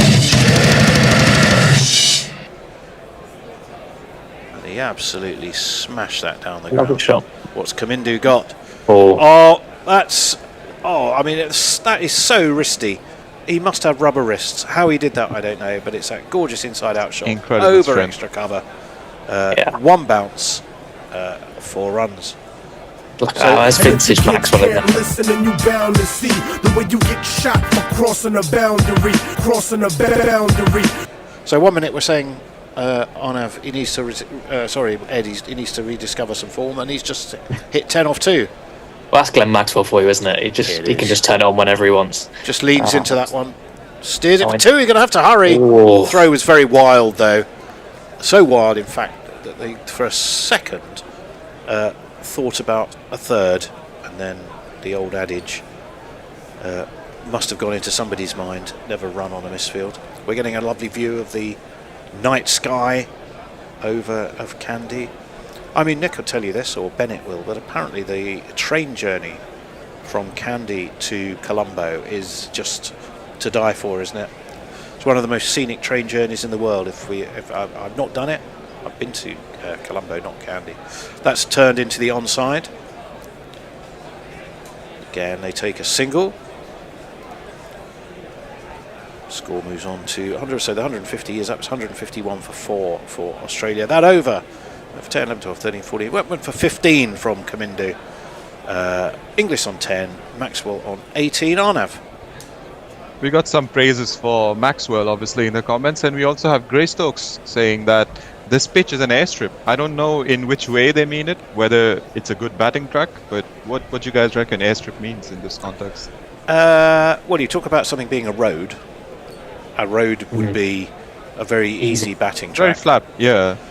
It hasn't turned. I mean, we saw it take a fair amount of turn, as I recall, in the England 3-game series here. And I don't think we've seen quite the same level of turn. Is this a new pitch or is it a used one? That I don't know. Nick will know. We think it's a new pitch. We think it is a new pitch. But at the same time, you know, the spinners have looked pretty good. I think in terms of keeping things tight, at least, they've done a good job in this middle section. Well, this run rate will get them to 201 if they can keep it going. And you would argue that this pair more than capable of that. And it's going to be Chimera, who has got, let me see, what has he got? He's got 2 men on the offside backward point and a short third, which is very common these days. And it went to the first of those, which was the backward point. We're just watching some I find the Australian team makeup very interesting, because you've got 4 guys in the middle order who are basically the exact same. Tim, David, Inglis, Stoinis, Maxwell, all very just on their day, completely unstoppable. Well, it's designed to pack a punch, isn't it? It is. But then you occasionally get a situation like this where they kind of struggle for starts, and then Chimera, and he comes. Pinch. That's absolutely crunched. And it's taken the dropped. Oh no! It had gone much higher than I thought. Chimera can't believe it. The ground. Who is it? It's Patham, and he was underneath it. He had time to steady himself. Now I can't believe a white ball coming out of a dark sky with bright floodlights is going to be that easy. But boy, did that go high. In my mind, I was absolutely convinced that was heading into the stands, and he got to it. He was heading down on his knees. It went through. It passed his hands and went in the gap between his hands and his tummy. Well, will that prove costly? That's a full toss. Yes, it will, because Maxwell has clipped that away, but it's only out to deep mid-wicket. So Chimera will just have to get his head back in the game and just accept that shit happens. People given the speed he hit it at and how high it went, it must have been a very tricky one to settle under, but even so, once you're there. Yeah, I mean, we've all taken high catches in bright daylight with a red ball and beautiful sunshine. I've never tried to catch a white ball under floodlights, at least not in a game, and I can't imagine it's easy, not when it's gone that high. Right, Chimera. Oh, it's a reverse ramp from Inglis, impudent, effective. What a shot.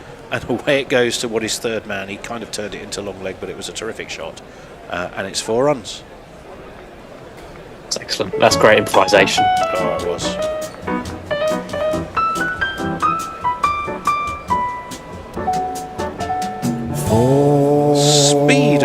thought, action, feet, wrists, and you can tell he enjoyed it. Gets a glove tap of approval from Glenn Maxwell, who's a master of that sort of thing himself. Inglis has moved on to 14 from 13. And Australia, with 2 balls left of the 16th over, 158 for 4.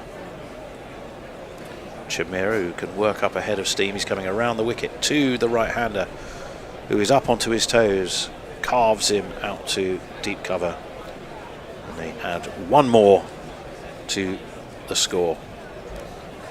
They have missed some chances, haven't they? They missed a stumping, and then there was that Patham drop catch, which, yeah, I can make all the excuses I like about the lights. The fact is, if it's important, then it's a match like this. Yep. You really think you've got to take them. Although a moth, I mean, as he fell, a moth seemed to come out of his mouth. It didn't, but it just, when you looked at that picture, it genuinely looked like he'd just blown a moth out of his mouth. I mean, that would put anyone off. Chimera in, a little bit of wobble on the ball. Cut, though, by Maxwell. Cut to back point. There is a man there. Once again, it should just have been a single. Yes, it was. So Chimera has crashed his way through his over. And we go for some more social messages, Arno. Yeah, we have South Who saying Green really needs to be dropped for a while to get his game into gear. How long have we been hearing this for? That's interesting, isn't it? Since the Ashes. Definitely, yeah. I would say before the Ashes. 160 for 4. I do think sometimes with T20s we make too many excuses for like volatility. Because of the format, we kind of think, oh, you know, you're bound to miss out on a few. Yep. But Green keeps on missing out. And you do start to wonder when it's like, you know, bad luck and when it's just maybe not being as ready as we thought. Well, it's going to be Hemantha back into the attack. Goodbye, Sam. Hello, Hemantha. Score predictor. Tony, is there time for one quick comment as well? Yes, I think it's far away. So, yeah, well, I missed the comment. Where has it gone? Well, wait for that. Do it after this ball from Hemantha. Just in. And that's a reverse sweep. Oh, was that a catch? If that's a catch, it's incredible. Oh, my God. It was. What an unbelievable... First of all, it was an impudence, a terrific shot by Maxwell. It was a reverse sweep. He absolutely crunched it. But backward point that sort of became backward square, given the reverse, threw himself to his left, and he has pouched it. And possibly that 200 is going to be a little bit harder if they don't have Glenn Maxwell to help power them there, and they don't. What a catch that was. Let's have another look at it. How far did he have to fling himself?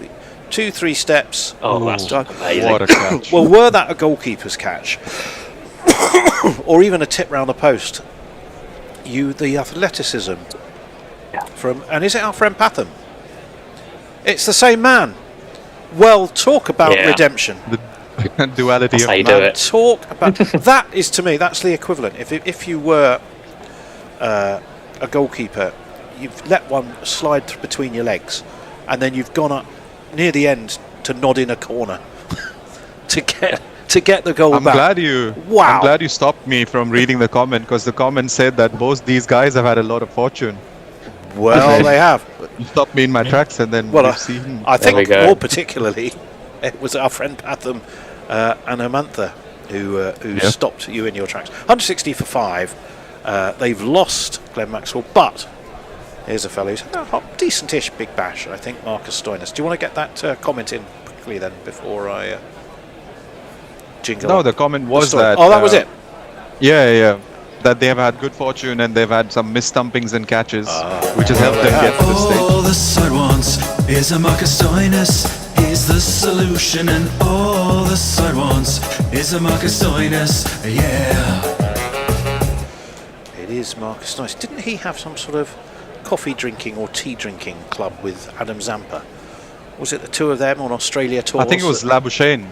Was it Labuschagne as well? Maybe there was a few of them. I heard he carried his entire, like, a supply of coffee beans and a coffee machine and everything to India when they toured. Well, Hemantha is in, drinks that up. Stoinis just sort of reversely tickles it round the corner to the man on the 45 and gets a single. We're watching that catch again. My goodness me! Yeah, so I don't know how he got so far off the ground at that speed. That's spring heels or what? Look at that's ridiculous. Wow. Right, this is thrown up. That's launched up and over. Is it? Just, I think, I'm not quite sure if that went the full distance. No, it just short of the boundary. It was the up and over extra cover, but it probably pitched about 2 feet short of the boundary. Fine shot. And this is what England did to a certain extent this morning, got themselves to just over 200. They took the risks, they kept losing wickets, and they just kept going, really. They were playing Italy, mind you, who put on a heck of a show if you missed it. Pushed England pretty much all the way. Dot ball, a welcome dot ball, so he's got a wicket and a dot ball, and in between 5 runs. Back foot slapped away by Inglis.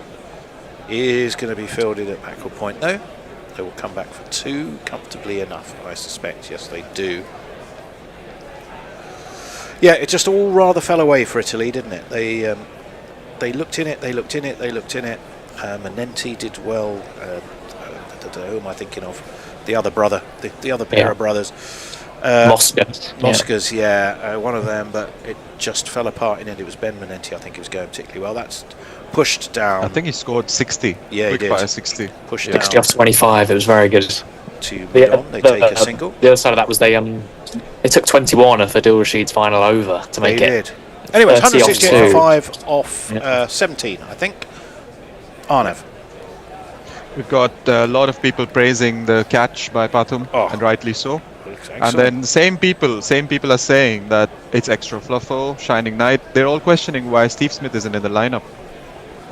That's a bit odd, but because he came effectively as backup captain because of Mitchell Marsh's somewhat personal, which isn't personal because the whole world knows about. But the problem he was having, so is when Mitchell Marsh was declared fit, they don't play Steve Smith. Whether he's in the squad and now he's there for the rest of the tournament, I don't know, or whether he's just going to have a few days holiday and head back. I suspect, having come, he will stay, but I don't know the details. Chimera over the wicket. Ooh. An attempted reverse sweep from Inglis, which he rather makes a hash of, and it goes through to Kusal Mendis. The new... Well, he's always been quite lively behind the stumps, but he definitely had... Slower ball as well. Summoned the spirit of Dick Weller in that appeal a while ago. So on Steve Smith, supposedly the selector said... in a quote, it sense he is activated and available for selection in time for the match if required. So they've clearly seen the lineup and said either he's not quite ready or they don't need him. Could be, that could be it. Right. Chimera round the wicket. Driven! Is it going to beat the bat out? It is. There's a man quite wide at what a shot. long off. And he couldn't get there. There's a gorgeous straight drive. It's gone for one of these. 2 + 2 is on my man. 2 + 2 is on my man. It's one of those shots where he's not flowing. It's not like a golf shot with the flow of the bat. He just lets the ball do the work. Put pace on the ball, it will go faster. And that's what happened to Chimera there, much to the anguish of the many Sri Lankans who are here in Pallekele to cheer their team on. That's pulled away by Inglis. It should be fielded. It is. And they will come back, I think, for 2. No, just a single. The score moves on to 173 for 5. It's been mainly Inglis so far since Stoinis come in. He'd only faced the 1 ball. 70 without loss in the power play. What they call the consolidation period, 7 to 14, is 66 for 4, which is not so great. And in the acceleration overs, which are 15 to 70, who gives them these names? I missed what they got there. Yeah. Did you see what that last figure was? It's absolutely terrible. Oh, the run rate was 10 point something. Oh, right, okay. Yep. Well, it's currently across all the overs so far, still just a shade under 10 steered into the offside, well protected the offside. There is a man at short third, a man at backward point, and then a man at cover as well. They're looking always to cut off that sort of either the cut or the one where when there's pace on the ball, you just angle the bat and steer it down, ideally wide of third. They're trying to block off that shot. We're doing the Scotland game tomorrow. Scotland-Nepal, bit of a dead rubber now, I suppose, given that England have qualified and the West Indies are home and hosed. But Scotland ran England mighty close, and as did Nepal, even closer. So Ireland v Zimbabwe will be a good game. It's got a lot of implications for this group. Well, this group, of course, has been busted wide open by Zimbabwe defeating Australia. Chamira, that's up in the air. Someone's got this. Kusal Mendis was saying it's mine. No, I don't think he no, said the fielder nearest to him. I could have sworn. Well, it was a huge top edge. Up into the air it went. Inglis has gone for 27. Chamira has his wicket. He's won for 31. It's 174 for 6 now. And how close would Kusal Mendis have got for this? Yeah, it was an absolute full face of the bat, top edge. Look at Kusal Mendis' face. He'd removed any headgear. Not happy. Well, I think that was a look that said it's just as well you caught that, mate. Yeah. I mean, I don't know. I don't speak Sri Lankan, but that's pretty much, I'm sure. He didn't actually say it, but his eyes did. Right, 174 for 6. It's going to be Cooper Connolly. Cooper Connolly. I know he should be here because I remember Nick and I were going while the bear was loading up all the jingles. Here he is, Cooper Connolly. Say hello to Cooper Connolly, select a second fondly, and being in the side was fait accompli. He's handy with the bat and the ball, and the BBL he makes runs promptly. He does. And some great fielding as well in the BBL. Yep. Yeah, well, they've been a bit of a mixed bag in the field. They've missed a couple of chances, but they've taken a couple of stunners. That one would have been funny. I just imagine an alternative universe where that catch hadn't been taken. I wouldn't have wanted to be the man next to Kusal Mendis, would you? Yeah, I'm sure the Sri Lankan coaches, as they see that kind of situation, have had their hearts in their mouths a little bit, to say the least. I think he would have had to dive forward to complete that catch. Yeah. Well, Alaga was the man. Yeah. And he took it safely enough. But normally that's one of those catches you say, you're the bloke with the big gloves, you come and get it. Yeah. On to his toes goes Cooper Connolly, and he's going to be off the mark straight away. Single, keeps the strike, cheeky devil. 175 for 6 after 18, Arnav. There we have Clown Cockney with some off-the-field banter. Sledging, I would say. Smith is there to work on the bats, he says. And then we've got Richard Peel saying, I have no idea, but Soinus really bugs me. He seems like one of them annoying players. Do you guys have any players that do that to you? And to that, Extra Fluffo has replied, yes, I do, Richard. It's David Warner. Yeah. Who are those players for you guys? They're all the same, aren't they? That's a big question. I think Tim David is in that category. Anyone of that kind of... Have you just added him right now? No, anyone of that nature that is like... makes their name off one innings every 2 years tends to frustrate a little. Can do it, but doesn't do it often enough. Yeah. A bit like Liam Livingston in a closer to home kind of way. So it's Theekshana. It's going to bowl his final over, so he'd be bowling out. Ball was turned around the corner. Kusal Mendis was quick to chase it, was about to put in a throw, and Cooper Connolly decided, or rather Stoinis decided, nope, there is definitely not a second one there. We got a short fine leg, a short third, a backward point, a fine leg, deep point cover, deep mid wicket, and a long on and a long off. As Theekshana brings the ball from behind him, as is in the style of Sarine, isn't it? And they take 2, though, because it's carved away to the offside. Sunil Narayan, that's what I'm thinking of. Got his name confused, but similar in the style of approach, keeping the grip on the ball hidden behind the hand. Yeah. Cooper Connolly, big, tall, muscly lad. Just going to face Theekshana It's gone straight up in the air. One of the two should get this. He does. It's the other Kusal. And the ball seemed to get away from him at the last minute. There was a man short on the offside, a man short on the leg side. It was the man short on the leg side who was going for it, and the ball just seemed to not quite drop, and he'd get away from him at the last minute. He had to throw himself forward. Cooper Connolly's looking into the night sky, wondering where the ball's gone. Kusal knew exactly where it had gone, and he put in a dive, not as spectacular as the catch we saw earlier on, but good enough to take another Australian wicket there, 177 for 7. I've got to say, I think this is a product of having a lineup with no anchor kind of role. Yeah.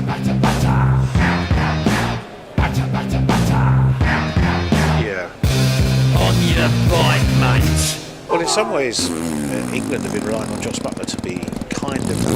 They've looked for Phil Salt to go hard, Buttler to see himself in. But he's not really got going. He didn't play a great shot this morning.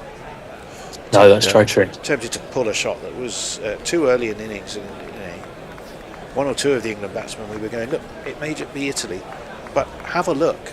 If a new bowler comes on, don't think you can clout him out the ground literally straight away. Just have a look. We don't know much about him. But there we go. They got over the line. I think they're going to be harder challenges to come. But for now, England should be in those Super 8s. That's bottom edged by Xavier Bartlett, the new man. Didn't know much about it. We're watching that catch again. Let's see if we can find Xavier B. The great catch though, Kusal from Kusal Yeah, Pereira. well, he did. He's been a wicket keeper back in the day as well, so you can see a bit of that. Let the ball shine, let the ball shine, Xavier ball shine. In comes Thiksana. A nice little bit of seemed a slower ball. It was a drift in the air, quite noticeably. And that was a faster ball. Was it 107. faster? Oh well. Yeah. How do I know? But it certainly beat the outside edge, didn't it? He's done well to keep his legs closed there. That's the kind of one that always sneaks through and goes for 4. Fairly loose swing from Xavier Bartlett. They've only got 7 balls, barring no balls wides and the like. And again, thrown up wide. We've seen so much of that, attacking the outer limits of what is allowed on the offside, just to try and tempt the batsman or to make them leave it. Well, that might be given a wide because it's... it's just inside. I think it's just inside. Just inside. It was definitely a plan because Kusal Mendes knew exactly what was going to happen.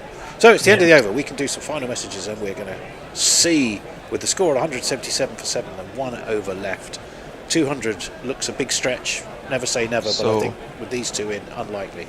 Arnev. Depend says that most likely 186 to 190. Last 9 balls. Can Stoinis find a couple of boundaries? Well, he's not there anymore. Well, he is. Oh, he is. He is, and he's on strike. So that, in a way, is a positive for Australia. He's going to face Chimera, so he's got some pace to deal with. Looks like people are pinning their hopes on Stoinis. Well, I rather suspect that they are, yes. As we were saying, the average first innings score, 166 in the last 5. So it's there or thereabouts, up onto his toes goes Stoinis, and he's kind of just defended the first one down to short. That was a weird shot. And he's looking up. Much slower ball, to be fair. Well, it was a clever ball, but I think Stoinis is just thinking, why did I do that?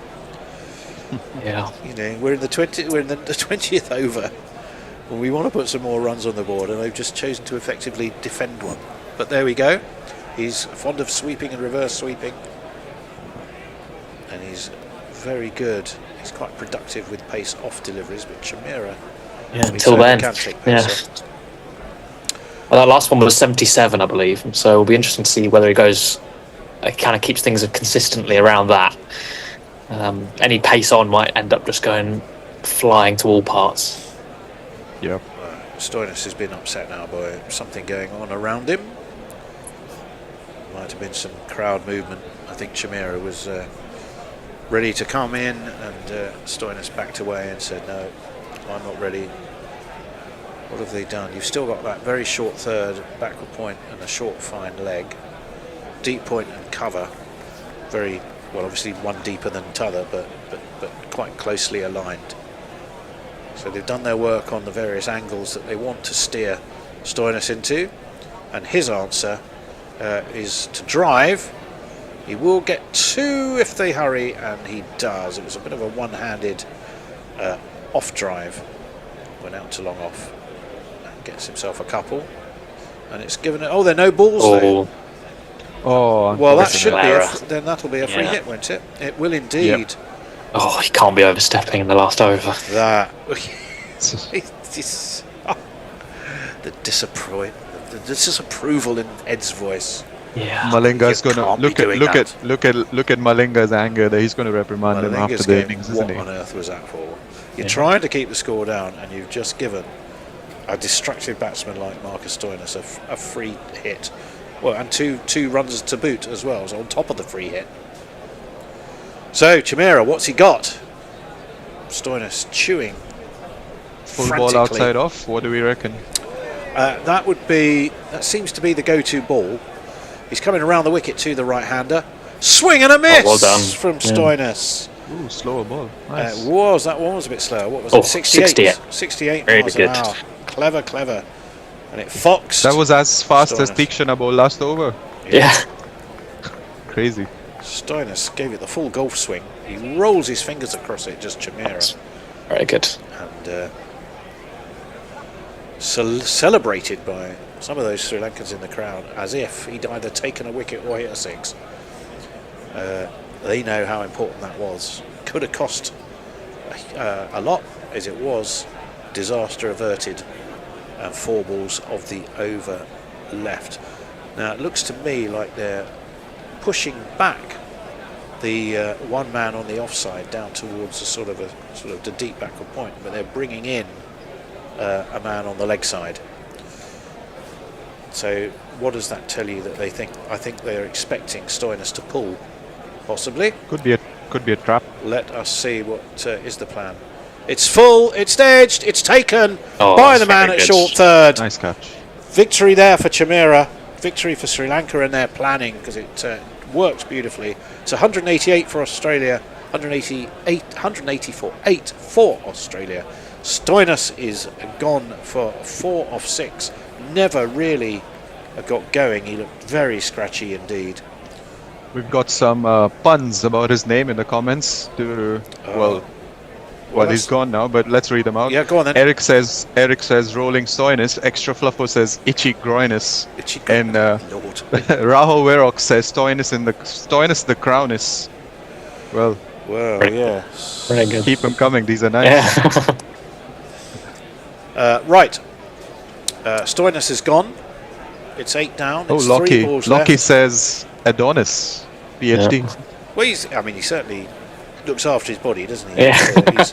He's a well-chiselled Stoinis. Nathan Ellis is going to be the new man to the crease.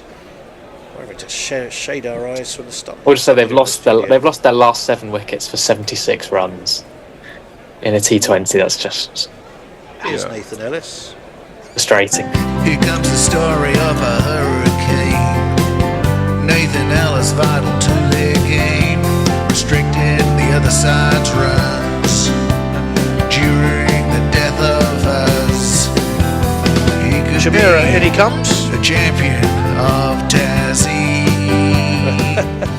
That must be a Jeff jingle because it's quite a long one. Ooh, 90 miles. 90 miles an hour. Short. Too good for the likes of the Nathan Ellis, because it's another dot ball. I think he was thinking he might attempt to glide his entire career in the crowd's coach, of course. His pumps, a little mini fist pump. Again, what a ball that was from Chimera. I think he feels his team are well and truly in this game. I'm looking at Nick to see if he thinks he's feeling confident now for Sri Lanka. He's feeling so-so-ish is the signal there. To be honest, except against Oman, they haven't really gotten going in their batting, so even they're going to have to step up, the Sri Lankans. Here comes Chimera, swing and a miss again from Ellis. That's twice he's failed to connect And there's a run out. Oh, wow. Well, they wanted to run anyway, and I'm afraid, as who was it who was actually run out? It's Bartlett, wasn't it? Xavier Bartlett has been run out. He ended up at Ellis's nose. I wasn't sure Ellis thought about going. Ellis was too busy still trying to work out where he was after almost swinging himself off his feet. Smart work from Kusal Mendis. And there, Jayasuriya again. Yeah. Now he loves those little mini fist pumps. I'm loving the passion we're seeing from him. Bartlett's gone for none off three. He's been run out by some sharp work behind the stumps from Kusal Mendis. And it means Australia are down to their last man, and their last man's Adam Zampa, and he's going to face the last ball, or what should be the last ball, providing. Adding to what Ed said, Ghost Rider says 104 for 1 to 180 for 8. So yeah, 76 runs for 7 wickets. Well, here we go. Final ball from Chimera to Adam Zampa. Plays it quite nicely. Stands up, angles the bat, steers it out to cover. They've got to try and come back for 2. Should be a run out. It is by a country mile. Excellent.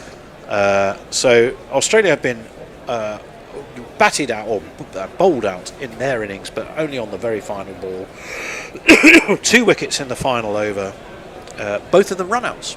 Yeah. So well, Chimera was excellent there. Neither of them to Chimera, but he's bowled pretty well. Just those 2 no balls was the only blotting of an excellent copybook. Apart from that, I believe he was none for 25 off his first 2, and then has gone 2 for 10 in his second half of his spell, which is just brilliant. You absolutely had to run that second one. It fell into the you might as well give it a go category. I think he had to bowl some overs that Pathirana usually bowls up in the innings, so that's probably where he conceded those runs, because he's really good at the death, as we've seen. Yeah. But 181 all out are Australia. They went off like an absolute express train. Mitchell Marsh 54, Travis Head 56 off 29. Both falling though to Hamantha, who came to the party at the right time. Then things slowed down a bit. Cameron Green for 3, David for 6. Josh Inglis and Glenn Maxwell looked like they might get the party started again. But it was that man again, Hamantha, who got rid of Glenn Maxwell. And then that really seemed to put the brakes on. Connolly for 3, Bartlett run out for 0, Nathan Ellis not out for 0. Zampa run out for 1. All in all meant that what should have been 200 and upwards ended up at 181. The loss of Pathirana will be a disappointment, but I think Sri Lanka in the end covered it up for it pretty well. Definitely Dushan Hamantha 3 for 37, the pick of the bowlers, because they were important wickets as well. 2 for Chimera, as well as bowling well at the very well at the death there. 2 for 36 for him. None for Pathirana off just the 4 balls he bowled before he was injured. Dasan Shanaka none for 16. 1 each for Wellalaga and Kamindu Mendis. So it's 182 that Sri Lanka will be chasing. Do we think they can do it, Ed? I would lean yes. I think especially their top order batsmen might feast on this surface during the power play.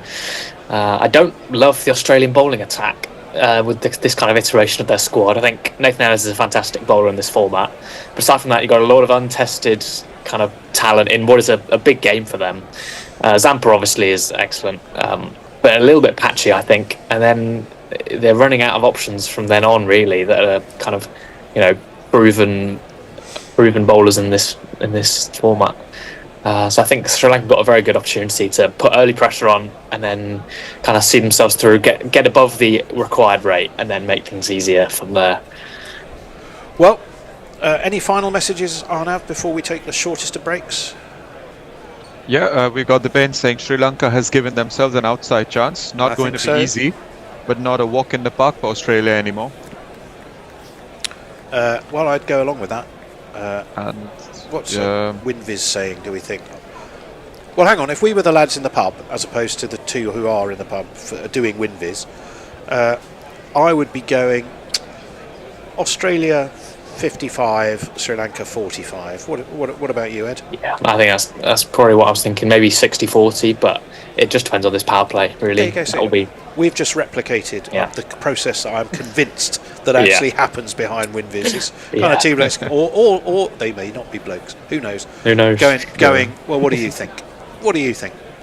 Right, time for a break. We're going to put on some Bishop of Bear or something, which means I will then have to explain to Nick how to unput it on. You will now. You're going to have to be very good if you're listening. If you're commentating, Nick's going to be sadly flying solo in the studio. Trust it, it's not the easiest of jobs. So give him an easy time. I'm sure he'll be a lot happier if Sri Lanka can haul a total in, but we shall see. See you later.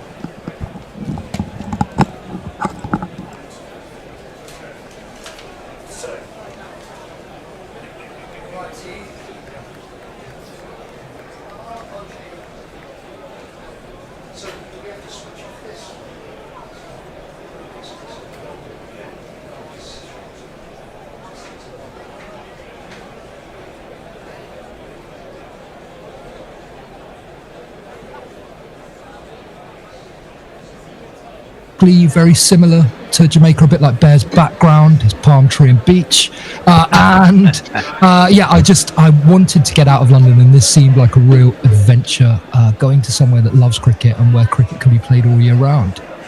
Did you get expenses to do the book? Did you? I got no expenses, Bear. I actually did it. I had the hubris of youth, and I did it on spec. I thought if I just go out and do this, someone will buy it, but I didn't have enough money to make that work, so I kind of did a barter arrangement with one of the schools in Sri Lanka, a big cricketing school, and they said, we can't pay you, but if you help teach a bit of English, we can give you food and board, which I thought sounded like a good deal, but I understood it a bit better once I saw the lodgings and tried the food. Right. So it wasn't worth the $3,000 would have bought you plenty of it, would it? Yeah, and they also expected me to do a bit more teaching than I was anticipating, which is a total disaster because Sri Lankan teachers quite often rule with an iron fist, and I guess the two of you can probably imagine shouting at kids isn't really in my playbook, so they ran rings around me. I was the worst teacher in history. When I think of, I know they'd been an associate nation since the mid-60s. So it took them till the early 80s, right? I think they lost their first test to England. Yeah, that's bang on, T. They got associate status in 65 and lost the first test to England in 82, I think. That was right. And I'm sure Derek Underwood took loads of wickets. I did look that up. But I always think of Sri Lanka like in three stages. And so my question really, just because I know we're short of time, we want to talk about the World T20, really. But so I always thought I think of Sri Lanka in sort of these three simplistic stages: birth and growth, the glory years, which you referenced, and now we're in the kind of wanting to get the glory years back, but we don't. But we seem to have a bit of a messy infrastructure that seems to handicap us. Am I oversimplifying, or is that broadly about right? No, I think that's a really fair way to characterise it, T. I think I put it into 5 sections in my book, but broadly, you can go from sort of the first cricket that was played in the 1830s right through, I'd say, to about 94, 95, and then the glory years, which would be probably 2 decades, 95 to 2014. Sangakkara, Jayawardene, the 90s, Malinga, if you want. Yeah, and the generation that came after them. And then, as you say, the fall, which has been over a decade now, where the team is nowhere near where it was, and logistically, administratively, there seem to be all sorts of problems in Sri Lankan cricket. Why do you think that is? What does it handicap itself? Corruption is certainly part of it, Bear. I think logistics is another issue. So Sri Lanka, like everywhere else, right, first-class cricket is based on territories or regions. In Sri Lanka, it's based on clubs. So they tend to be all in Colombo. So massive parts of the country still kind of remain untapped in terms of talent identification. I think the pathways become more difficult. That's been exacerbated by a sort of 2-decade-long civil war, which sort of precluded the North and the East from playing a lot of cricket, or at least being incorporated into kind of national structures.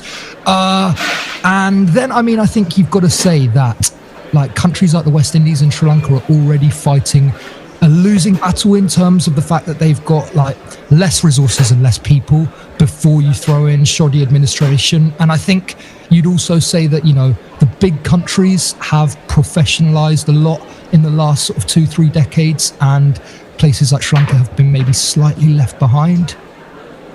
Yeah, although we will segue our way back very soon. They had a thumping win this morning, but it was against the combined might of Oman. but yeah, we'll talk about them in a second. It is a great book. It has been bestowed with multiple awards. Simon Barnes said it's a great tale, and what's more, it is beautifully told. So you will find a link to it in the notes to this podcast. And is it true you're moving on to your next book, Guerrilla Cricket, the story of a rebel commentary station? It's in the works. Is it? I'd love someone to write a book about us. It'd be fantastic. It would be cool. I think one of us might have. I might have to be self.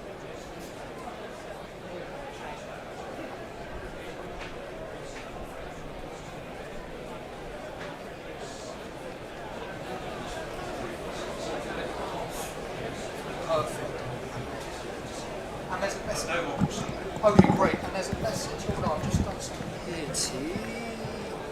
There's a message coming up on the P squared. I know we're good. And we are back. Hello, Messers. Hello. Well, that was a typical Australian fuck up. It fizzled out rather lovelily, didn't it? I enjoyed it very much. I bet you did. It was entirely within my expectations that Australia would start really strongly and then fizzle. And their middle order has been dreadful. And in fact, you know, when Head has failed, they've been even worse. But that's to not bring Smith in when you've got Green and Maxwell and Connolly doing absolutely fucking nothing is madness. The one thing they did actually need was an anchor, and they didn't have one. They would have loved a bit of Steve Smith tonight, wouldn't they? And you're right, Messers, those batters do seem to be failing rather a lot. 180, I think it's going to be a toughish chase on this pitch. I think Dew will be potentially decisive. Where's your money, Messers? Well, my actual money is on Sri Lanka because I bet on Sri Lanka before the game.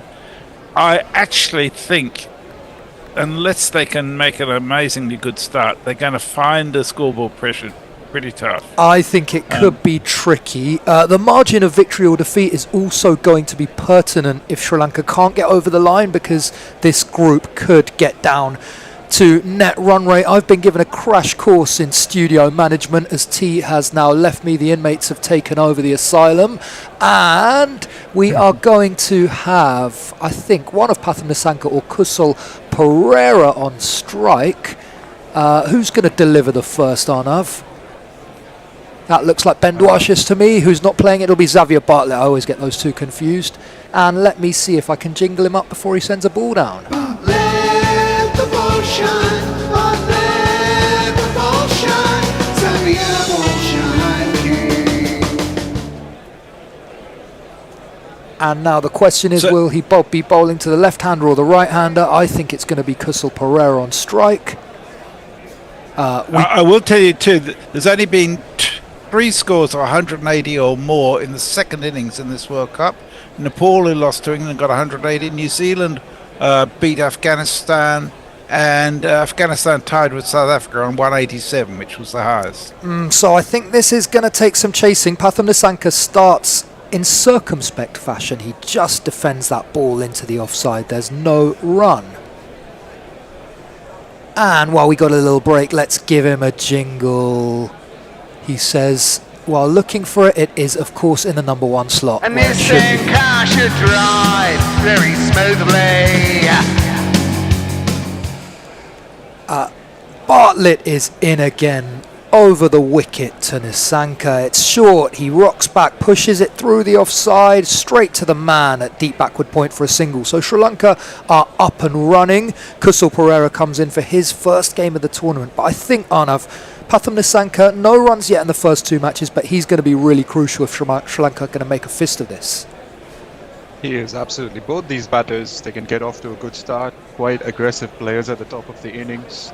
And we'll need to start piercing the boundary real soon to keep up with the required weight.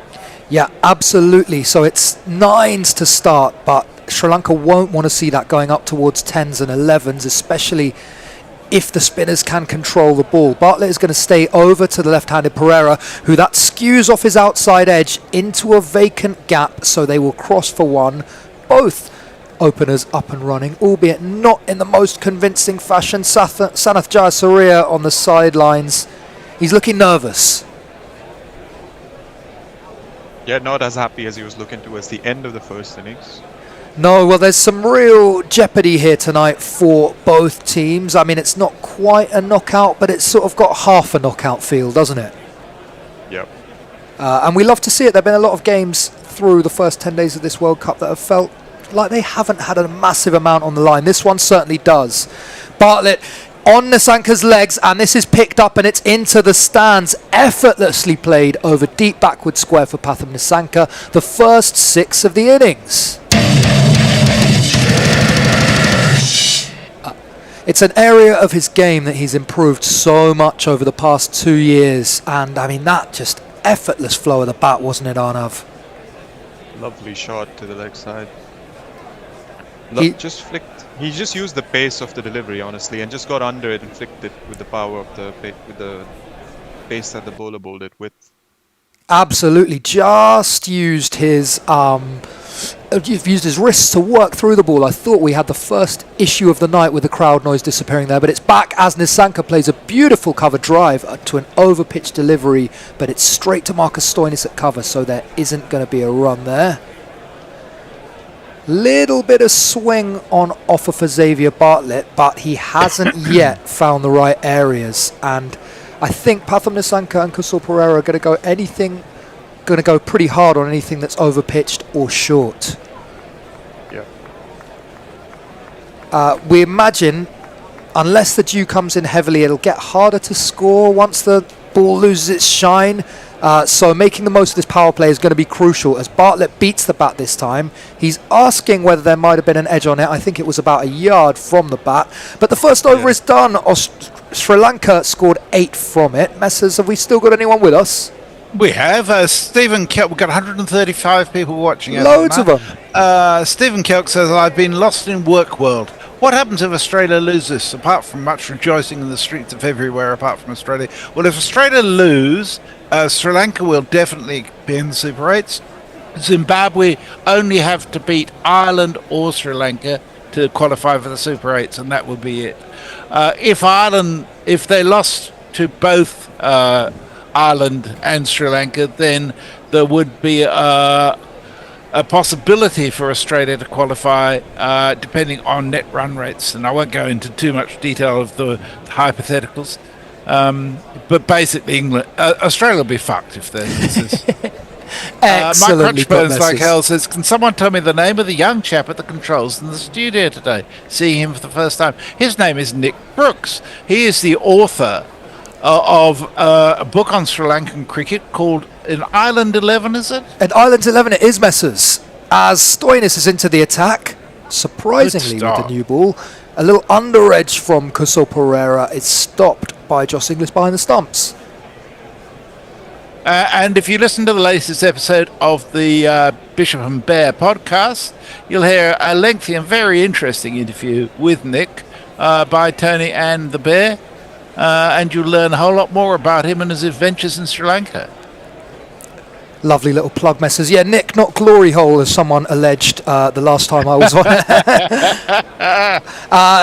Kusal Pereira gets under this one, and it's straight down the throat of the man at deep backward point. So that's not a great start for Sri Lanka. Marcus Stoinis straight into the wickets. Sri Lanka at 8-4-1.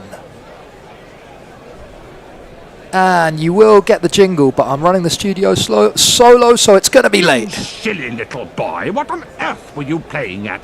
Oh!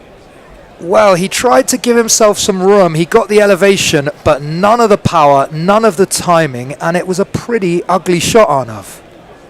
Yeah, absolutely. I was just having a look that his last game that he played was towards the end of November in 2025. And Sri Lanka have played quite a few T20s since then. He hasn't had sort of momentum getting into this game. So bit of a disappointment.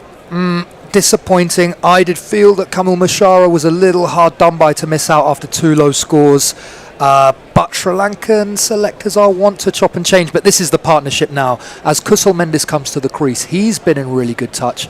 These two seem to score about 90% of Sri Lanka's T20 runs. So another wicket here could be tricky. I'm going to give you a little fraction of Kusal's jingle because it's 41 seconds long while he's taking guard.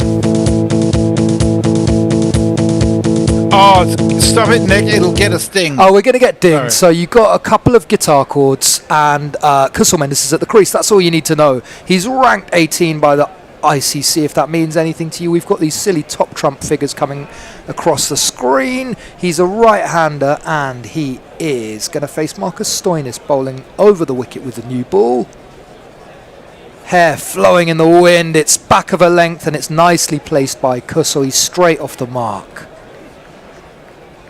So Stoinis with the new ball, I guess, would be a reflection of the fact that maybe pace off, they're thinking, is the way to go, that the quicker it comes down, the faster it might fly. It's Maybe possible. also a bowler who hits it into the pitch, like who bowls a bit of a hard length. Hard lengths indeed, Arnav. Sorry, Messi, I interrupted you. No. It was your place to do so. I guess the other thing we might say is that Nathan Ellis doesn't really bowl in the power play. This time it's fuller and straighter from Stoinis, just pushed by Nissanka into the offside. So Nissanka, he's hit a 6 already, but he's started with a little bit of circumspection, which I like to see. Sometimes over the last 6 months he's gone really hard at everything and it comes off and it doesn't. I think it's probably, there's a sense among the Sri Lanka squad that this is a huge game tonight and that if they lose it by a fraction, it's not the end of the world, but if they lose it big, they're, I would say going home, but they're already home, but they're out of the tournament.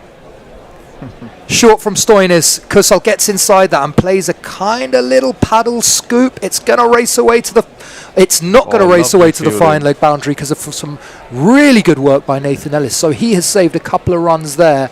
A good over from Stoinis so far. 4 runs for his first 5 balls and a wicket. If he can get out of it, he'll be happy. But nice... Sorry, Messers. Well, I was going to say, you're not entirely right there, because all they've got to do is beat Zimbabwe to guarantee getting through, even if they lose to Australia. That's true, Messers, but I'm not sure they'll fancy that so much. Zimbabwe have done them over a couple of times in the last year. I think that would make them a bit nervy, but they should beat Zimbabwe. You're quite right. Yes, mind you, should in tournaments is always a bit dangerous. Should and will are 2 different things. This time it's flat batted by Mendis, straight to mid-on, so it's a dot ball to finish the over. 12 for 1 after 2.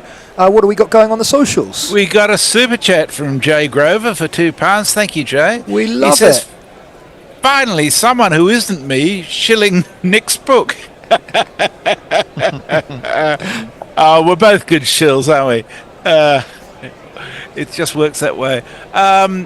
Dippin says Sri Lanka are startlingly positive, which they must be because at 182 is no joke. Australia's plan will be simple: strike early with pace. Don't let Nissanka settle. Well, yes, indeed. Clifford Bradford wants to know what are the current odds on the Antipods losing. Well, the current odds on the game are... Oh, shit. As Bartlett continues, Nissanka's down the track. He beats mid-on, and that's going to race away for one of these. And don't worry, Jay, I haven't forgotten you. You are thoroughly deserving of this. Super chat cash, super chat cash, super chat cash. I would never deny Jay Grover single-handedly keeping the lights on in Gorilla Towers. Nice bit of intent from Patham Nissanka after we saw a bit of innovation from Kusal Mendis in the last over. Bartlett is in again. It's shorter, it's on the legs, and it's flicked away really nicely. That is going to be another 4. So Sri Lanka gathering a little bit of momentum here. And if you kids can't listen, then you bound to see the way you get shot for crossing a boundary, crossing a boundary. Those 2 boundaries have pushed Patham Nissanka up to 16 off 8 and looking all right for now, Arnav. Absolutely. I think Australian bowlers, especially Bartlett, especially the pacers, they need to maintain their line and length so that they don't let Sri Lanka get away at this point. They have them where they want them. They don't want them to get away. It's short and into the body again from Bartlett, but this time it gets a bit more bounce and Nissanka can only push it into the leg side. There's no run there. In all formats of the game, I suppose, over the last, well, what seems like a lifetime, we haven't been used to seeing Australia without Stark, Cummins and Hazelwood. And often it's a case of you don't know what you got until it's gone, and I think we're slightly seeing that with Xavier Bartlett tonight, just not finding the right areas with the new ball. Yeah, he doesn't seem to be able to bowl the ball in the same spot for a few deliveries in a row. Well, England fans know all about that, having watched Boyd Rankin. He gets a good one this time. Nissanka inside edges and is lucky that the ball doesn't crash into his stumps. He gets away with one there. 8 off the first 4 of Bartlett's second over. The score is 20 for 1. Sri Lanka are chasing down. The graphics helpfully gone from the screen. 182 for victory, 181 for victory. 182. 182. And that would see them through to the Super 8s. It would see Australia back on the plane home. I think the rest of the world will rejoice. I've been getting a fair bit of Schadenfreude from England's performances as well. I've got to say, every time I see them almost fuck it up against Scotland or Italy or Nepal, I'm inevitably cheering for the opposition, having spent my whole Christmas holidays moaning about how bad they were in the Ashes. This time it's a full toss, a leg side full toss from Bartlett, but he gets away with it. It will be called a wide by Richard Kettleborough, but that could have been a lot worse had Nissanka got anything on that ball. As we get a little replay of Travis Head's glorious innings tonight. He's really found form. Yeah, he had a few really good sixes over the deep mid-wicket area. Those were really beautifully timed. Yeah, I think Australia fans will be pleased to see that Marsh-Head partnership clicking, but they need more from the middle order. Short from Bartlett this time. Played or pulled away by Nissanka, but he finds the fielder, so there's just one ball to come in the over. Sri Lanka are 22 for 1, 161 short of victory. 160 short of victory. Right, you are, Messers. My maths has never been my strong point. Lucky you were teaching English then.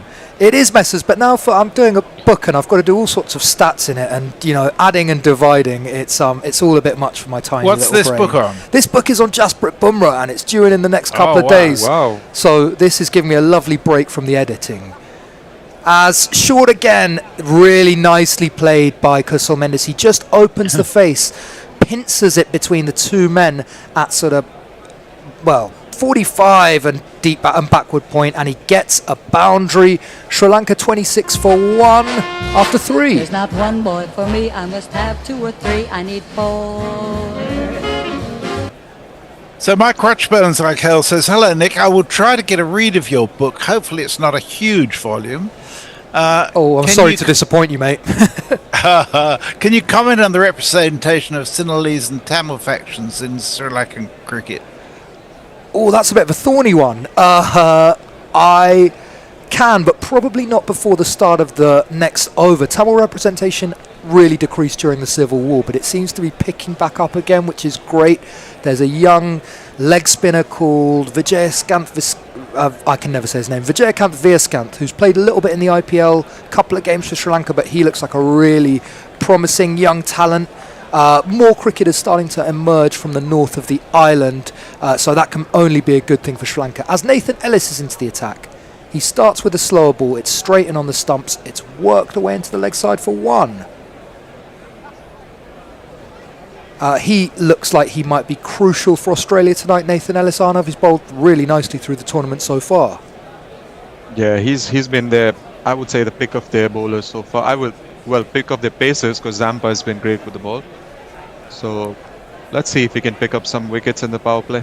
Yeah, interesting to see how the Sri Lanka batters approach those two specifically, because you'd think that those 8 overs are sort of what Australia would see as their bankers. Yeah. Ellis in again. It's straight in at the stumps. Kusal looks to work it into the leg side, but can't beat short mid-wicket, so they'll stay put. No run there. He's always got a very serious expression, Nathan Ellis. Constantly looks like someone's just mugged him off or insulted him. But he does the business with the ball, bustling action. And due, I guess, a bit of a breakout now that we're seeing the big three of Australian fast bowling kind of move on. Yeah. So Kusal Oh, he's signed with the Chennai Super Kings as well. Okay, that should suit him, the pitch at Chepauk. On the stumps again, Kusal can't get it away, so another dot ball. Good start to Ellis's over. Mendes looks focused and serious tonight, but he hasn't quite found his timing just yet, as we're seeing a replay of that absolutely incredible catch from Pathirana. He was a couple of meters off the ground. He looked like Peter Shilton on steroids in his prime. I've never seen anything like it from a Sri Lankan fielder. It's a wonderful bit of work. And I hope that will spring him on to score some runs with the bat. He's 18 off 12. Kusal 7 off 6. As Nathan Ellis gallops to the crease. He's close to the stumps. He strays onto leg stump and Kusal picks him up. Shot. That's gone high and it's mighty into the stands. It's Sri Lanka's second 6 of the evening and it sounds like this. Let's talk about 6. Let's talk about 6. Let's talk about 6. Let's talk about 6.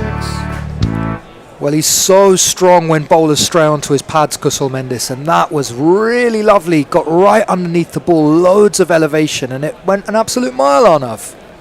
Absolutely. I think the bowlers would be better off bowling around the wicket to him, the pacers, because this is helping him with his angle. He just has to add a touch with the bat, and the ball just flies over the backward square leg region. Yeah, indeed, and Ellis is clearly looking to target the stumps, but it leaves very little margin for error, right? Because as soon as you stray to the leg side of middle stump, it's easy pickings. He's wider this time, but that's outside the wide line. Josh Inglis gives it a little clap, but it is going to be called by the umpire, so we'll have to bowl that one again. What started off very promisingly is turning into a more mixed over, and now he's got to get out of it. Yeah, well, look, he should just keep it simple, try to bowl a tough length and keep it on target. Keep it, bowl on the batter's body so he doesn't let him free his arms. Yep, I think that's the one on of right, top of off stump, or middle and off. There he is there, that time maybe a little bit more leg side. He's really keen on it, Nathan Ellis. Looked high to me. The umpire is unmoved. He's shaking his head as though he's been greatly aggrieved, and they're having a little chat. The Bison has put his hands together, so they're going to go upstairs. I didn't think that looked like it had too much going for it. No, I agree. At most umpires call. Yes, I agree entirely. I think probably going over, and it may even be only umpire's call on leg stump, even if it was hitting. Yeah, so we're getting a replay. It looks leg side-ish, and it's hit Kusal above the knee roll. He's admittedly not the tallest batter going about in world cricket, but I don't. That's going to be missing leg, isn't it? I think that's missing everything by a country mile. Yeah. So Nathan Ellis not looking any happier after that review. He might well be getting a bit of an earful from some of his teammates because he thought it looked like it was hitting halfway up middle. It hasn't been finalised, has it? It hasn't been finalised, I don't think. I feel like the third umpire said that was such a shit shout, I'm not even going to go to DRS. Which would be a first. But we haven't seen any ball tracking. We're looking at Kusal Mendes doing up his gloves. Mitchell Marsh looking fairly laid back. Are we going to ever get a replay of this? I'm not sure, but it seems something of a foregone conclusion, just one that we're going to have to wait a very long time for. Here it is. So it's hit Kusal in line with leg stump. It's missed leg stump. It hasn't quite gone over the top, which shows that this pitch doesn't have a great deal of bounce in it. But anyway, it wasn't far off. It wasn't a mile off, Messers. I was probably slightly harsh on Nathan Ellis, but much ado about nothing, and we're back to the business of cricket. Sri Lanka 34 for 1 with a single ball of the fourth over left. Nathan Ellis will bowl it. He's in. It's on a good length on off stump, and it's just pushed into the offside for a single. So 9 from the over, a decent one for Sri Lanka, 35 for 1. Dippin says Pereira in 16 games in the last year has hit 150 and a 46 not out, otherwise being out of form. Sri Lanka really needed more from him to try and get a fast start. He looks like a walking wicket in every game. And he says Sri Lanka have recovered brilliantly after the early wicket. If these two survive till the end of the power play, the chase becomes very real. Stephen Kelk says, not the tallest batter. I think that asks for a Duckett discussion. You do know Duckett and David Warner are exactly the same height, don't you? I reckon Kussal's actually sort of 0.9 Duckets, or Duckettes, however we pronounce it. So, a change here. We have a bit of spin coming into the attack in the form of Cooper Connolly. He bowls, it's a horrible first ball. Oh. Full toss, on leg stump, gets away with it as Kussal doesn't quite get the sweep going. I'm going to try and jingle him. I can see him. Hopefully this one won't get us ding. Messers tell me if I need to stop. Connolly, select the second fondly. Oh no, that's good. Size fade complete. He's handy with the bat and the ball and the BBL. He makes runs promptly. I definitely won't get dinged on that. Love it. A bit of G-funk from Mogg, and that's better from Connolly's second ball. It pitches, which is always helpful. Nissanka plays it straight back to him for no run. So 10 balls of the power play to go. Sri Lanka have reached 36 in a chase of 182. This time it's pushed into the offside by Nissanka, but there'll be no run there. So a tidy little start from Cooper Connolly after a very untidy first ball. He's had a bit of a haircut since I last saw him. Yeah, it looks much better than it did. Yeah, it's slightly first day of school, but the locks aren't as flowing all over the place. This time, Patham brings out the reverse. He gets loads of elevation under it, and it's gone way past the boundary. It's another 6. Just a few meters away from the car as well. If he'd hit the car, you would have had a car. Yeah, he could have, well, had himself a Nissan, is it? Or we're not sure about what brand it is, but it was very close. Just a little bit more on it, and it would have hit the Hyundai. Yeah, yeah. As Connolly is in again, I was trying to remember who he reminds me of. It is, of course, Erling Haaland, although he's quite a bit smaller. This time, Nissanka works it into the leg side for a couple. So, 9 from Connolly's first 5. A ball and an over of the power play to go. And Sri Lanka, for the time being, will be fairly happy with how they've started, but they need these two to keep on batting, right, Arnav? Absolutely. I think they've done a really good thing that they're only going for shots. I'll continue after this. This time, Nissanka rocks back beautifully, lasers it between the two fielders behind square on the offside. So that is another 4 to end the over. Sri Lanka make their way to 48 for 1.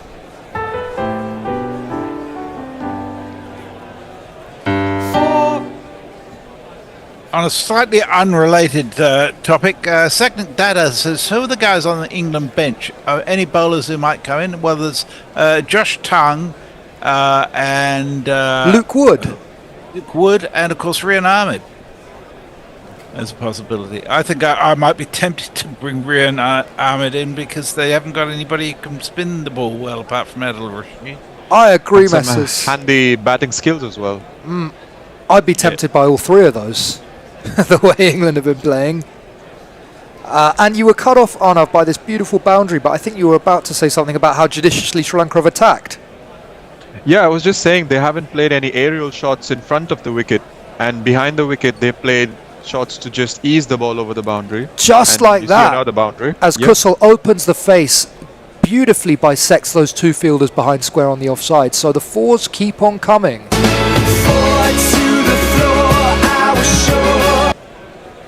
Yeah, it's been a really sensible approach from Sri Lanka's batters, using the pace where possible, attacking the bad balls, but not doing anything too expansive. They haven't gone into all out, we're trying to smash everything back to Colombo style, and it's worked very well for them.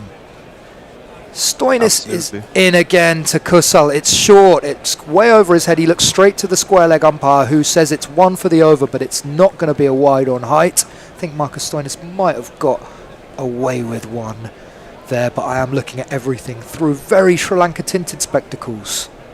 Well, I can tell you that the bookies now have Sri Lanka as favourites. I could cash in my bet at a $7 profit if I wanted to. You've got to keep it going, don't you, Messers?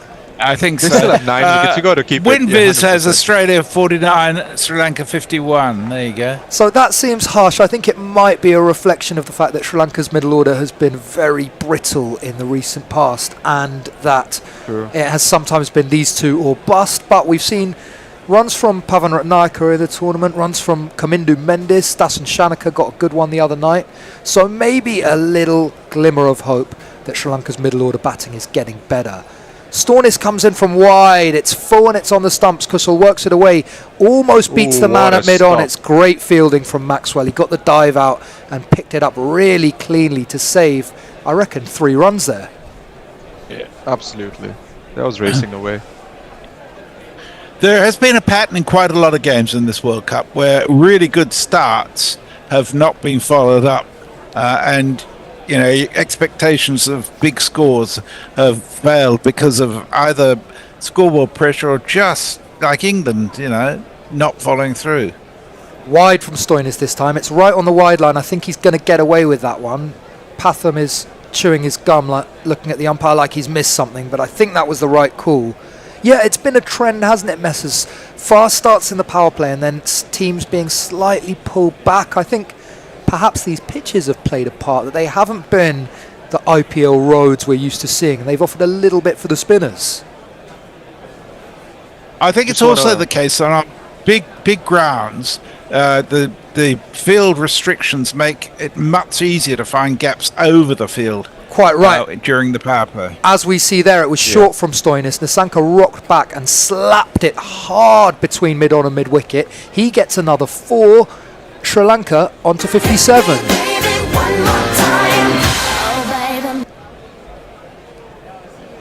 So a really nice power play. It hasn't been quite as profitable as Australia's. They were 70 for none after 6, but with 1 ball to go, Sri Lanka 57 for 1, and they'll feel that for the time being they're in control of this chase. This time short from... Oh, and he's got away with one. Nasanka outside edges, but it just beats the leaping arm of Josh Inglis. So I almost put the jinx on them.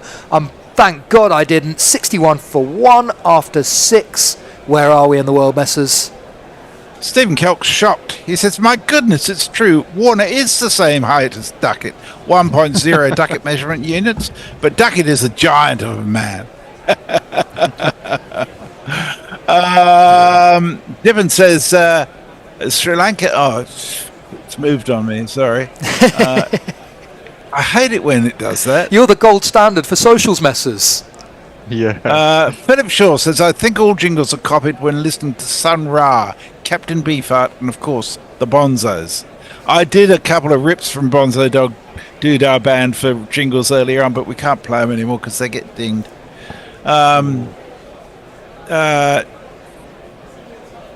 Devon says Sri Lanka have never successfully chased a 180 target in T20 hours at home, losing all 5 attempts. While that's true, their highest successful chase in Sri Lanka is against Australia and at this very venue. Interesting. I remember it well. Dasun Shanaka, I think, with some heroics. While they have fucked up a lot of chases, Sri Lanka, they were close to a big one against India. I want to say the other night, it was a good few months ago now in the Asia Cup group stage. I think they got into the 190s there before they totally collapsed. But they made a very good start to this one. I reckon we're going to be seeing Adam Zampa sooner rather than later. Yeah. I think you're right, yes. What's the money on him bowling this 7th over? I think it'd be very short price. I think you'd be lucky to get $1.20. He so often bowls the 7th over. But it is a big ground, that, isn't it? It's got a lot of open space on it. Plenty of open space. The boundaries have pushed a fair way back. There weren't too many signs from that first Cooper Connolly over that he was struggling to grip the ball, but it can be a bit tougher for a wrist spinner. Yeah. So and the ball has still probably got a reasonable seam on it after only 6 overs. Yeah, it's going to get harder and harder. To get his hands on it now. So it'll be interesting to see how this over goes, assuming Zampa bowls it, for a number of reasons. How these two approach it, whether they look to tick or go a bit harder, and how well Zampa's gripping this ball. He's going to have a crucial role to play if Australia are going to defend the 182 that they managed to put up. Pirate Badger's joined us. He says, hello, all sorts and sea dogs, as he often does. Afternoon, Pirate, me old matey. Is it raining in Dublin? Surely not. Well, you wouldn't believe it, Messers, but the sun is shining in South London. This might be the first day of the year when we don't have any rain. And we are wrong. Cooper Connolly's going to bowl this 7th over. Yeah. Wow. I am surprised. As am I. So the equation is 121 off 84. A strike rate slightly under 150 needed from here. Connolly going to continue with his left armers from around the wicket. Kusal pushes that square on the offside and they run through for a nice easy single. So Patham's 38 off 20. Oh, that's nice. I've won a bet on him. And I think Kusal was 21 off 14. But this is the period where Australia really struggled, this 6 to 15 over area. Full toss from Connolly, but it was low, so Patham couldn't get underneath it. He just plays it away to long off for a single. Sanath Jayasuriya looking slightly calmer than he has been. His changing room bollockings have, well, they've become fairly famous, so Sri Lanka's boys will be hoping that they avoid one tonight. Oh, it's full and it's straight from Connolly, but I think there's an inside edge on it from Mendes because no one seems particularly interested. But it's a dot ball. Really good start to this over. It is indeed. Yeah. You know, you feel like when you get the dots and ones together, if you can do it for a little while, you're going to force a big shot. And there it is. But it was along the ground from Kusal, stopped brilliantly by Mitchell Marsh in the covers. So that'll just be a single, though it was hit really clean. Yeah, it was interesting. It wasn't until the 9th over that Australia slowed down, and that was because Head got out after he'd had 2 dot balls in that over. So, yeah, the pressure of not scoring is huge, isn't it? It is indeed, and I mean, we saw it there, just a dot and a 1, and Kusal's coming down the track and trying to play a lot more aggressively. And as we saw with Australia, not easy for batters to get going in the second half of the innings on this sort of pitch with this kind of pressure as well. I think the pressure has to play a part, right? When you feel if you lose this game, you're going to be on the plane home. And I'd imagine the Australian public be in a bit of uproar about this, Messers. No, I wouldn't give a shit. Well, yeah, I did see someone saying there's been no coverage of the tournament in Australia. Well, it's behind a paywall. It's in the middle of the night for a lot of people. And they don't really care about white ball cricket outside of Australia. Fair enough. As Kusal works the last ball of the over off his stumps into the offside. So 5 from the over, 66 for 1. Was that the 7th over? It was. We're due a change. I think I need to do something on the screen. So it's now Bennett, Ed and Will who are on together. And I'm going to stay here, Messers, to take care of the jingles or to mess up the jingles. But I'll be back in a second. Thank you, gents. You Thank guys. you, everybody. Catch you a bit later. It's Ed and Will who'll be joining me. So in case you're joining in, it's Bennett Olagasegram here along with Ed. And I believe we got Will who will join on shortly. So Sri Lanka in a comfortable position, 66 for 1. We are on over number 8. It's Adam Zampa, the Australian magician, who's been brought on to put on the brakes. As he bowls in shortish on the back foot goes Kusal Mendes. This one pulling this one beautifully. There's a gap there in the mid-wicket area between deep mid-wicket and long on, and that's a boundary taking Sri Lanka out to 70. Nice shot, Ed. That's a lovely shot. Yeah, he's worked that very well through mid-wicket there. Yeah, that's a way to. And I'm back into the hot seat for the jingle. There's not one boy for me. I must have 2 or 3. I need 4. I don't think we have. Who's doing the socials? Was it Ed? Was it you? I'm on socials, yeah. Will said he was having technical trouble, so we might need. That's okay. No problem. I'm in the hot seat anyway, so I can do a little bit. You can jump in. You can jump in. So pushed in. That was pushed by Kusal Mendes. A good batting. He got the boundary, but then he's rotating the striker. This is key for Sri Lanka at the moment. 111 runs in 76 balls required. So well within their grasp. They got on to a good start. Zampa bowls on the back foot short. This one's on the back foot pushed away towards the long on area, and the batters go through for a single. The cameraman certainly looking to get a glimpse of some of the Sri Lankan talent, or the talent that's in there. Good old perv cam, on the Bennett. spectators. Yes, indeed.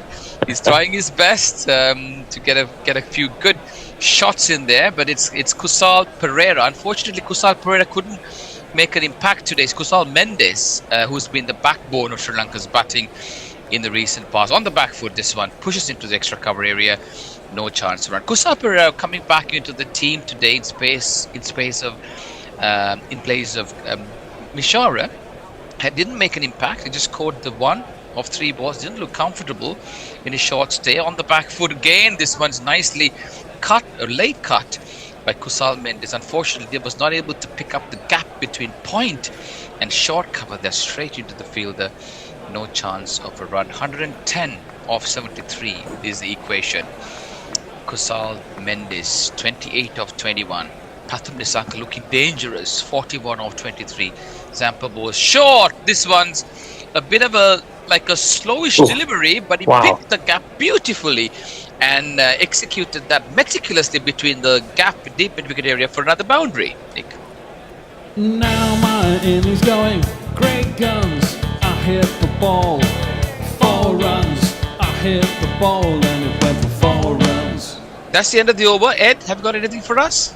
Yes, we've got all of our viewers from around the world. We've got Baby Shaker at 10 a.m. in Puebla, Mexico. Thanks for the coverage, GC.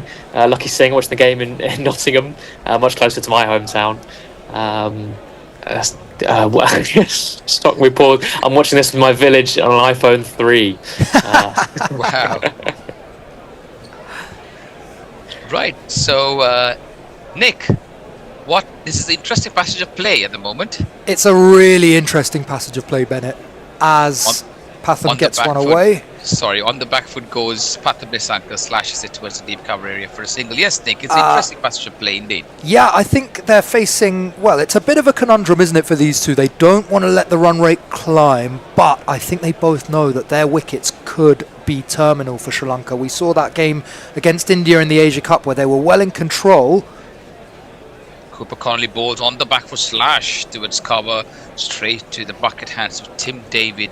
No chance of a run. Kusal looking to pierce the field, not able to find the gaps as much as he would have liked to. Nick, go on. But yeah, that control dissipated very fast once Pathum Nissanka got out. So these two will know that. This one so nicely looped up in the air, and Kusal Mendes equal to the task. Dances down the pitch with his dancing shoes on and places this one beautifully over the extra cover fielder. No man's land for another boundary. And if you kids can't listen, then you bound to see the way you get shot for crossing a boundary, crossing a boundary. I think Australia lacked that extra spinner, in my view, because I think this is where Sri Lanka put the brakes on in the middle overs with Theekshana, Pallekele and Dushman Hemanta. This one's on midland leg, allowed appeal. He tried to play it on the onside, didn't know much about that. On midland leg, close call and loud appeal. Mitchell Marsh looking to his fellow players to find out if there was much interest. It's 2 seconds gone. And no, they decided not to take that call. Nick, do you think that was close? I thought that looked to be sliding, Bennett, but I don't admittedly have the best eyesight. I'm a glasses wearer. I've only umpired in club cricket, so... You may be right. It may have been slightly slanting towards leg, but it's worth the call, put a bit of pressure. Kusal Mendes is looking a bit uncertain on the location, leading to that. So Connolly comes in. This one's again on the off... stump and on the back foot, looking to pierce the gaps, not able to find that on the location. He got the boundary but not being able to get the singles away. 2 dots after the boundary. Good comeback by O'Connolly. Cooper, he's done well. He's come back into the side. Yes, you were right, going down the leg side. So good call by Australia not to take on the review. Last ball of this over. This one's on the leg stump again, swept beautifully. This time, lovely sweep. He executed that meticulously, placed it precisely past the short fine leg for another boundary. Kusal on to 40 of 27 at the end of over number 9, 85 for 1. What have you got, Nick? Oh, sorry, Ed. Nick Vickers, he appreciated your perv cam comment. He says that'll probably have sponsorship in the IPL. Very good. I hope so. Trying to patent it. Jay Grover said, I thought Ed's hometown were Milwaukee. I know what that's a reference to, Jay. Very good again. Australia needs something special right now, says Dipen. I probably agree with that. It's looking pretty bleak at the minute. What do you make of this kind of middle phase with the spinners not really able to get too much out of the pitch? But it's Adam Sampa starting a new over. Don't forget, Australia were in a similar position before the Sri Lankan spinners put the brakes on. The difference is the Australians don't have the amount of spinners in the middle overs like what Sri Lanka did. It's the spinners in operation now, Zampa and Cooper Connolly. Unfortunately, they're not looking as threatening. I think Sri Lankan batters will do well to play off Adam Zampa, Nick. I totally agree, Bennett. What we don't need is a couple of Zampa wickets now to throw this game into turmoil. I wonder if Dew's having a little impact as well, and he feels like he can't quite rip it. Everything seems very flat and straight. This one short on the back foot goes Kusal Mendes and plays this beautifully. There's no fielder there, the deep square leg area, but the fielder from deep fine leg had to move around, gives Sri Lankans enough time to come back for two. Kusal Mendes, he's been really, in the last couple of months, he's really taken a lot of responsibility on his shoulders, Nick. I've seen him batting very carefully, not throwing his wicket away, looking to play the ball late and playing the waiting game. I believe his task is to hold the Sri Lankan batting together. Over pitch, on the full goes Kusal Mendes on bended knee and sweeps it almost towards the deep mid-wicket area for a single. I think, as you mentioned, this pair is key. They have been the backbone of Sri Lanka's victory. Pawan Ratnaik has done well in the limited opportunities he's got after a good ODI series earlier on before the World Cup. Dasan Shanaka, Kamindu Mendes will all form the part of the nice delivery, looped up. He almost yoked himself there, Kusal Mendes, but sorry, that was Patham Nisanka, and the batters go through for a single. It's the 10th over in running, 94, the loss of 1 wicket, so almost 9 runs and over 92 runs required of 62 balls is the equation.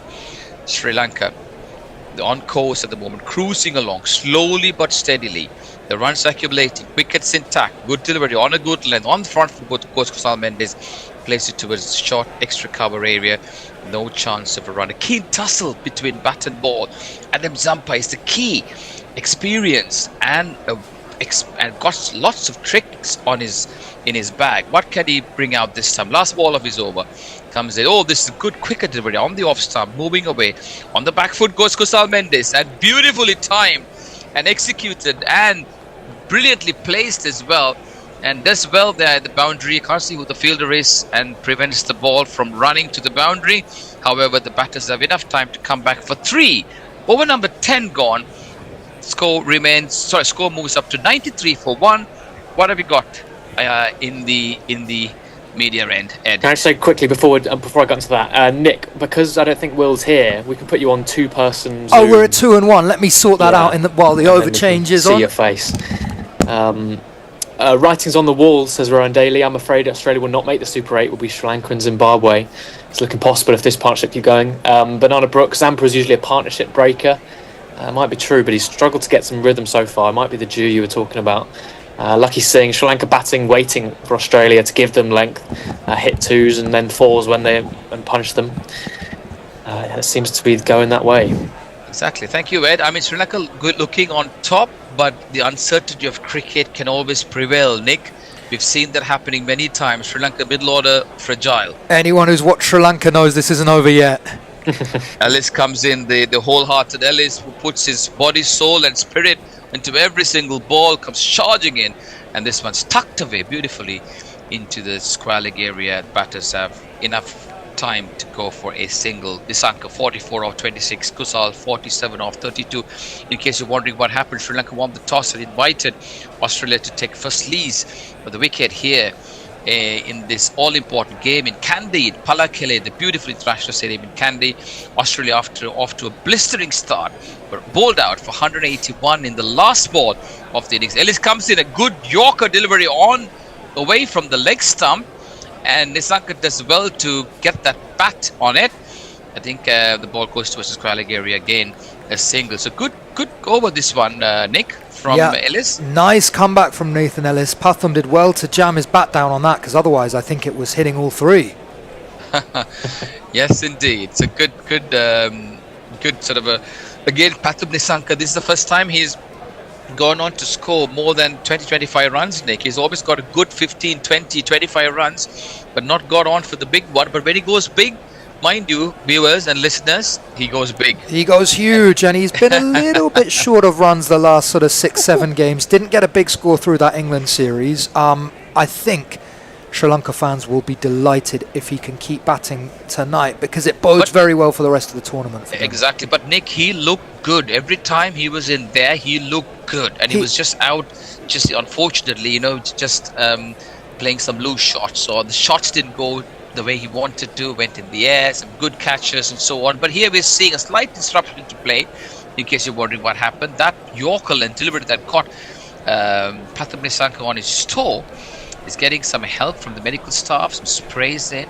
He's lucky he got it on the toe. He was crushing onto perhaps the leg stump or slightly missing the leg stump. But Sri Lanka, 87 needed of 58. So Australia, just to give you a quick run of what happened when they were put into bat.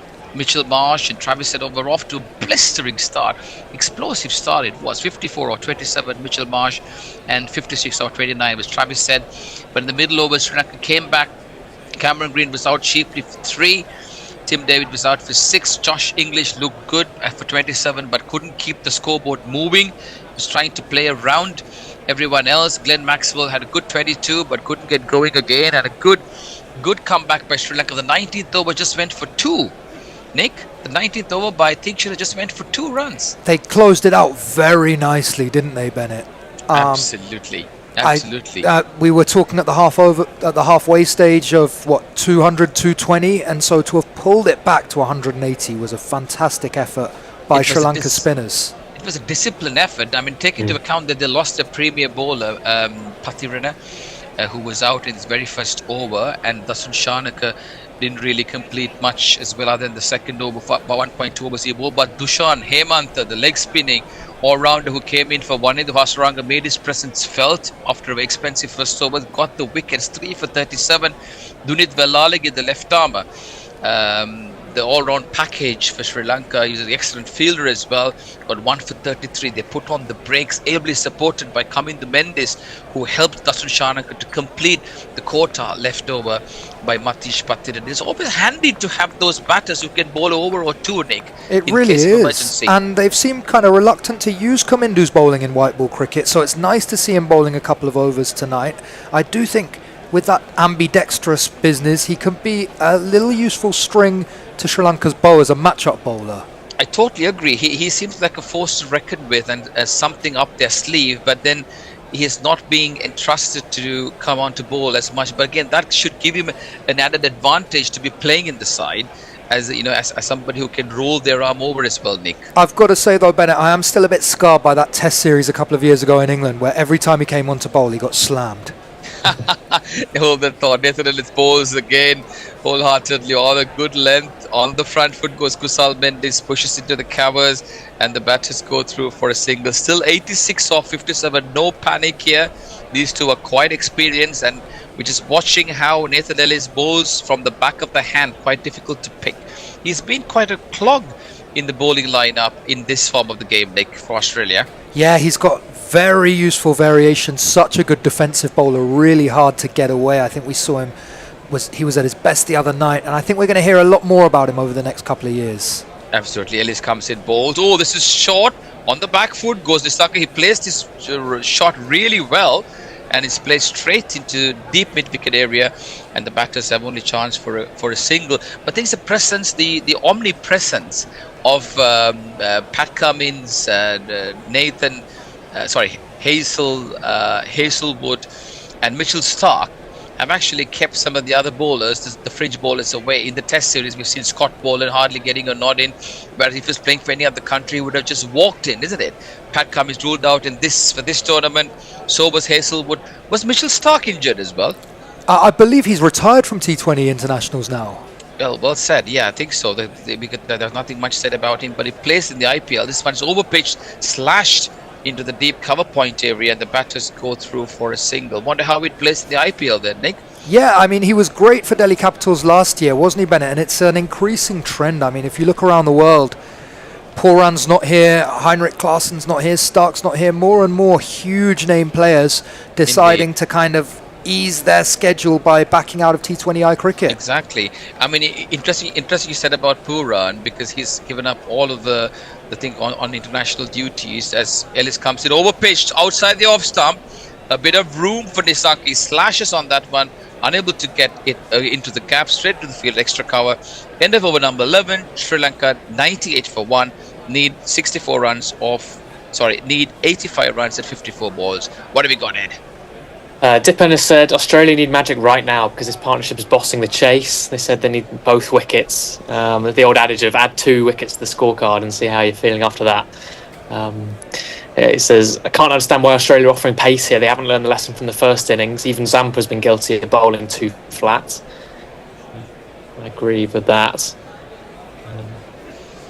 What else have we got? On the injury, we said, do the batters wear steel-toed shoes? I don't know if they're steel-toed, but they've got some reinforcement, but not enough to protect that bit of bother that one of the players got in there. That's all for socials for now. Keep them coming in, everyone. Thank you, Ed. Just keep them coming. Keep us busy. Keep Ed busy. The young Ed busy.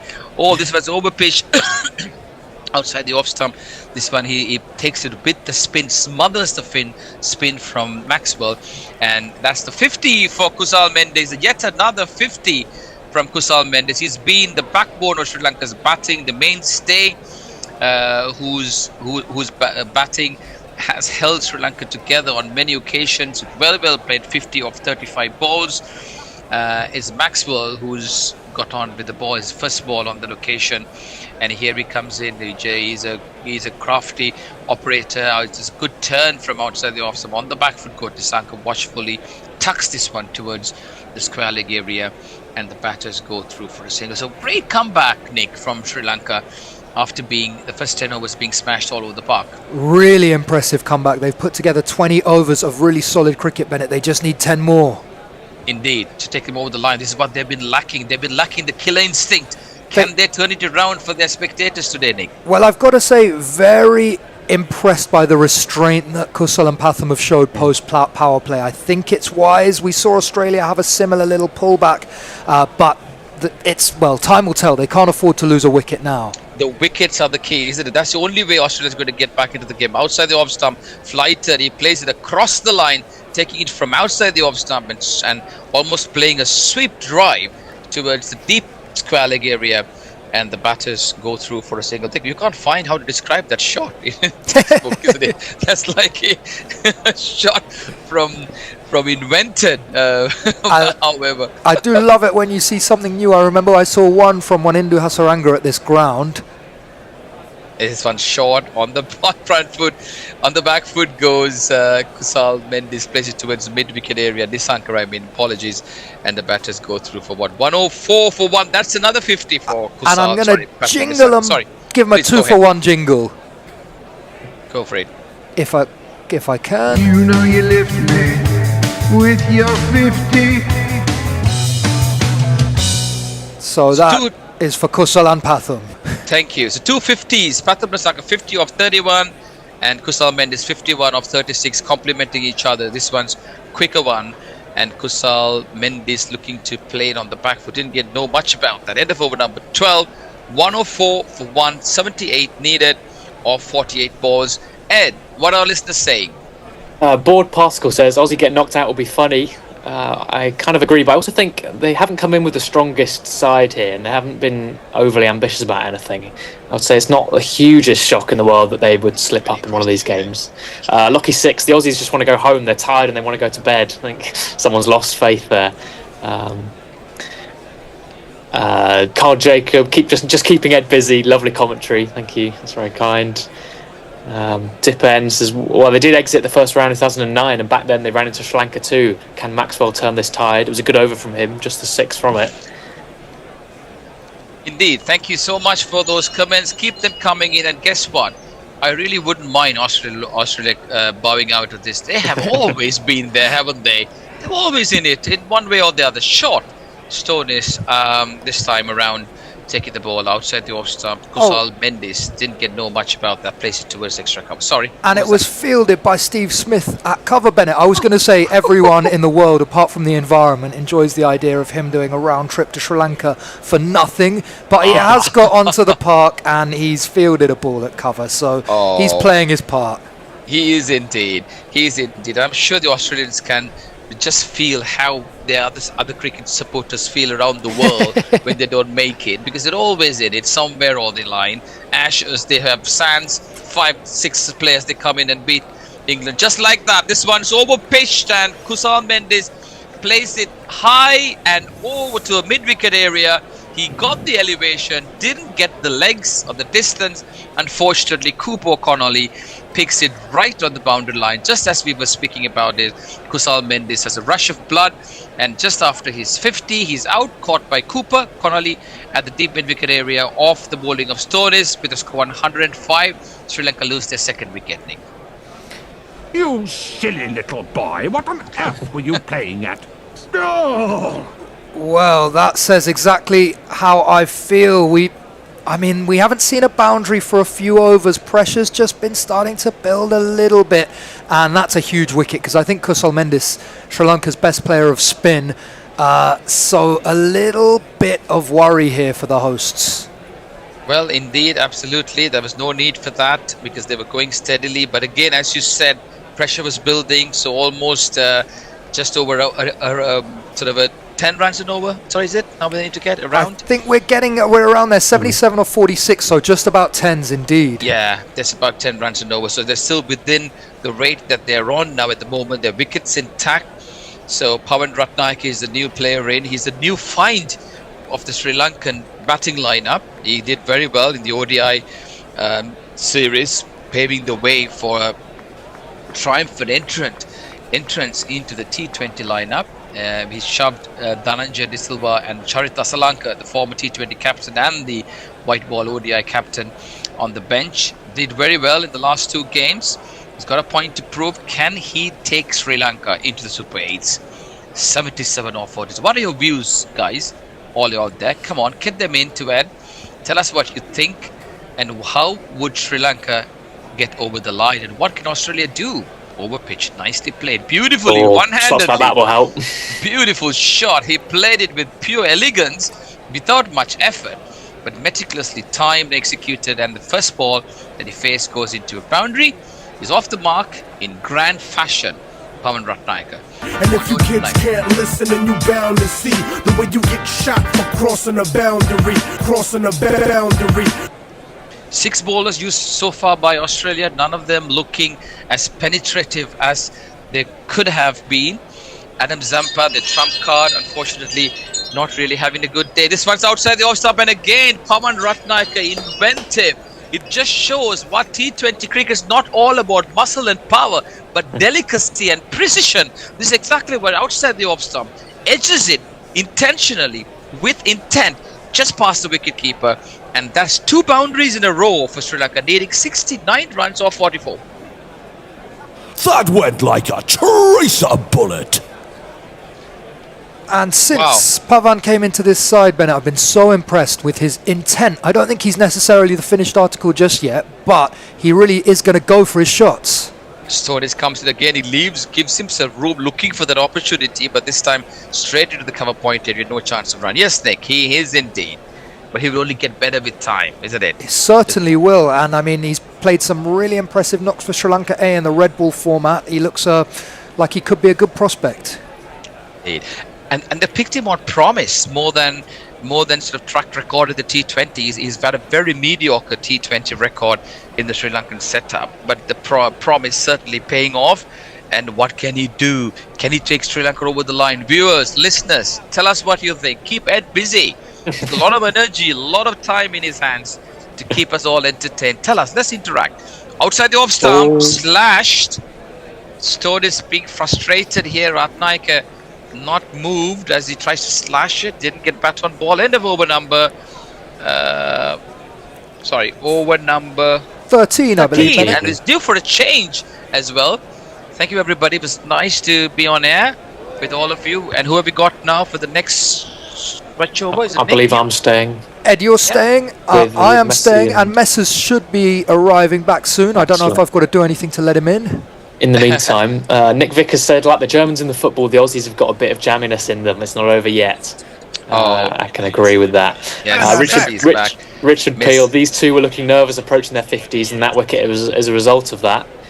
And then Dipper and game has suddenly become open. Sri Lanka were cruising, but slowing down wicket is pressure spike. I agree.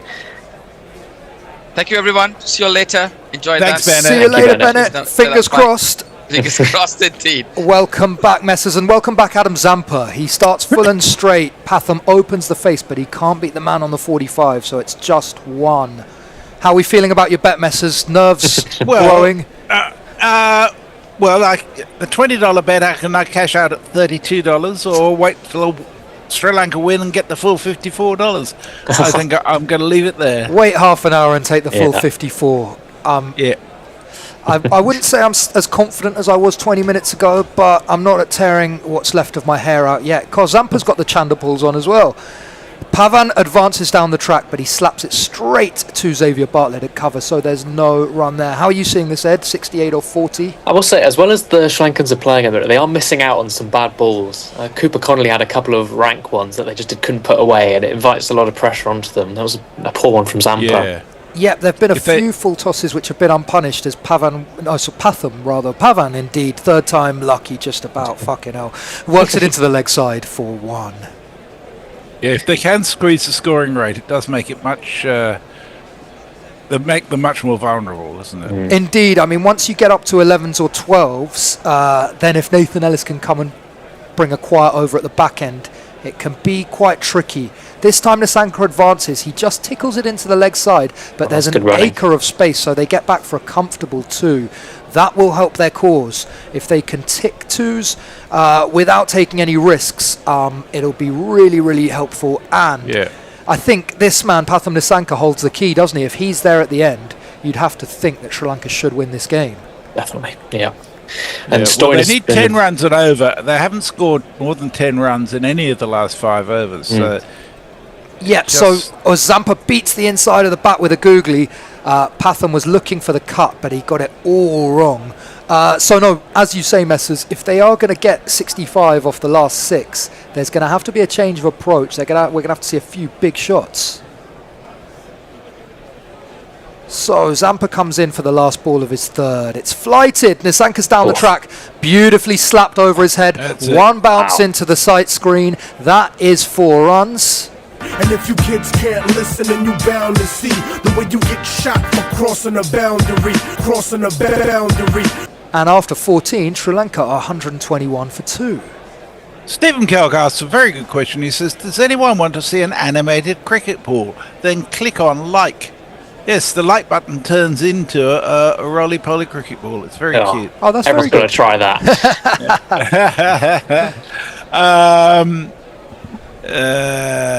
Scotland thrashed England. Get in, says Lucky Six. I presume it was in the rugby. Boy, it is time for Australia to get knocked out of the World Cup, but only time will tell, says Sweet Mango. Zanka wicket equals match over danger. If he falls, pressure explodes, says Dippin. Yes. I mean, there's a nervousness, isn't there? Because the top order have been very much the run machine for Sri Lanka, haven't they, Nick? They have indeed. I'm feeling a little bit extra nervous, Messi. I just realised why. It's because I've been on for 20 overs. I'm starting to need a piss. Yeah, you've done well. You've done well. Thank you. So if I get a bit shiftier in my seat, that's why. It's not purely Sri Lanka. We can handle it. If things get desperate, I will. When I say handle it, I mean I hope not. Hold the fort, as it were. All these words: hold, handle, Messers. You're scaring me from Western Australia. Although I must say, it's not big enough to reach Western Australia. That's a relief. We are on a drinks break. If anybody's wondering what's going on, we do sometimes talk about cricket. Oh, occasionally, yes. It's interesting. The situation is that if Sri Lanka get through this, they will end up in the group of death, I think. Okay, so no, sorry, they'll end up. No, they'll end up in the easy group. the group of life. Yes, yes. So I haven't actually done any forward planning for this tournament, Messers. So how's it going to work? England will be in the group of death, I guess, for qualifying second. Yes, no, they won't. England and Sri Lanka will be in the group based in Sri Lanka, and the West Indies, South Africa, and India will all be in the same base in India. Okay, wow. So it makes it a lot easier for England, for example, to make the best of their practice in the remaining 3 games in the Super 8s before any semi-finals should they get there. But the likelihood is that they'll be in there with Sri Lanka, Zimbabwe, and New Zealand. Would they be in there? New Zealand, that's right. Yes. Okay, so that does sound like the easier half of the draw. Yeah, and I think New Zealand will be the toughest of those because they're just, I don't know, they're just relentless, New Zealand. They're so powerful at the minute, aren't they? Yeah, I can't see them winning, but I certainly can see them knocking people out, if that makes any sense at all. They seem to be like a sort of always semi-final team when it comes to World Cups, right? As Stoinis is back in, Australia's new pack leader. He's slapped over cover by Pathirana into the gap and for a much needed boundary.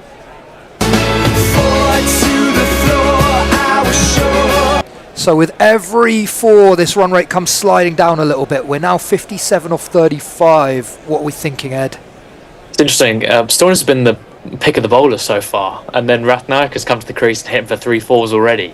It's been very impressive the way he's just taken him on. I think he likes the pace that he's bowling at. Yeah, you can see he's wanting to hit every ball to the boundary. He gets so deep in his crease, giving himself time and a real opportunity to get under the ball. That one is out to deep backward square for a single. So Pathum Nissanka's back on strike, 58 off 37, but he's been becalmed somewhat since the power play ended 8.2 overs ago.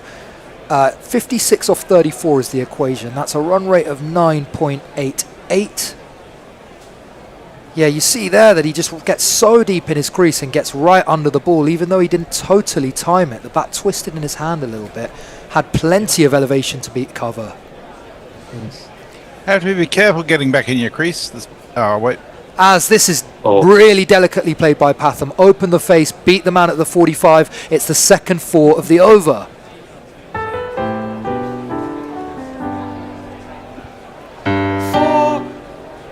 There have been 2 hit wickets in this week in the World Cup. Well, there was a very flamboyant one I saw, Messers. I can't remember who it was from, but a reverse sweep that hit the stumps. Yes, that's right. I can't remember. I think it was maybe in Afghanistan. I can't remember. And then there was one apparently in the Italy game this morning. I missed that, but you do have to be careful. And if you're a bit of a klutz like me, you can end up treading on them too. Yeah, I don't think I'd ever want to be running as a partner with you. No, you've heard enough, haven't you, Messers? That was short from Stoinis. It was very high, but it's not going to be a wide. It's 1 for the over. No, I don't think anyone enjoys running with me. I'm a calamity, and I'm also not the sprightliest between the wickets, so there's no redeeming feature there. And the stuff between the running, I've got to say, isn't great either. So it's a very complete that's game. The beauty of cricket, though, isn't it? A well-rounded game, we might call it. This time it's leg side-ish from Stoinis, but he gets away with it. It's going to be a wide, though, so we'll have to re-bowl it. But had Pathum got bat on that, it would have been worse. The Sri Lanka fans in the ground, they're all in their jerseys. They're not looking too nervous, which we like to see. There's a wonderful article by Robert McLean Wilson, which you wrote some time ago about cricket. And he said one of the beauties is that it's a game for duffers, where we've all been a team with 11 people who'd be happy to pitch the ball on the pitch, let alone turn it. Oh, this time it's slightly skewed off Nissanka, but it's straight and it finds the gap for another boundary. So Marcus Stoinis is getting taken down here. This is turning into a really, really good one for Sri Lanka. Yeah.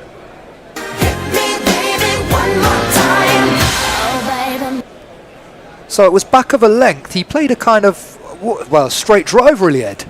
Yeah, he's just kind of hacked at it, hasn't he? Yeah. But it's done more than enough in the end. I mean, he wasn't totally in control of it because the ball was so far from the ground. But as you say, he did enough, and this time he's done more than enough.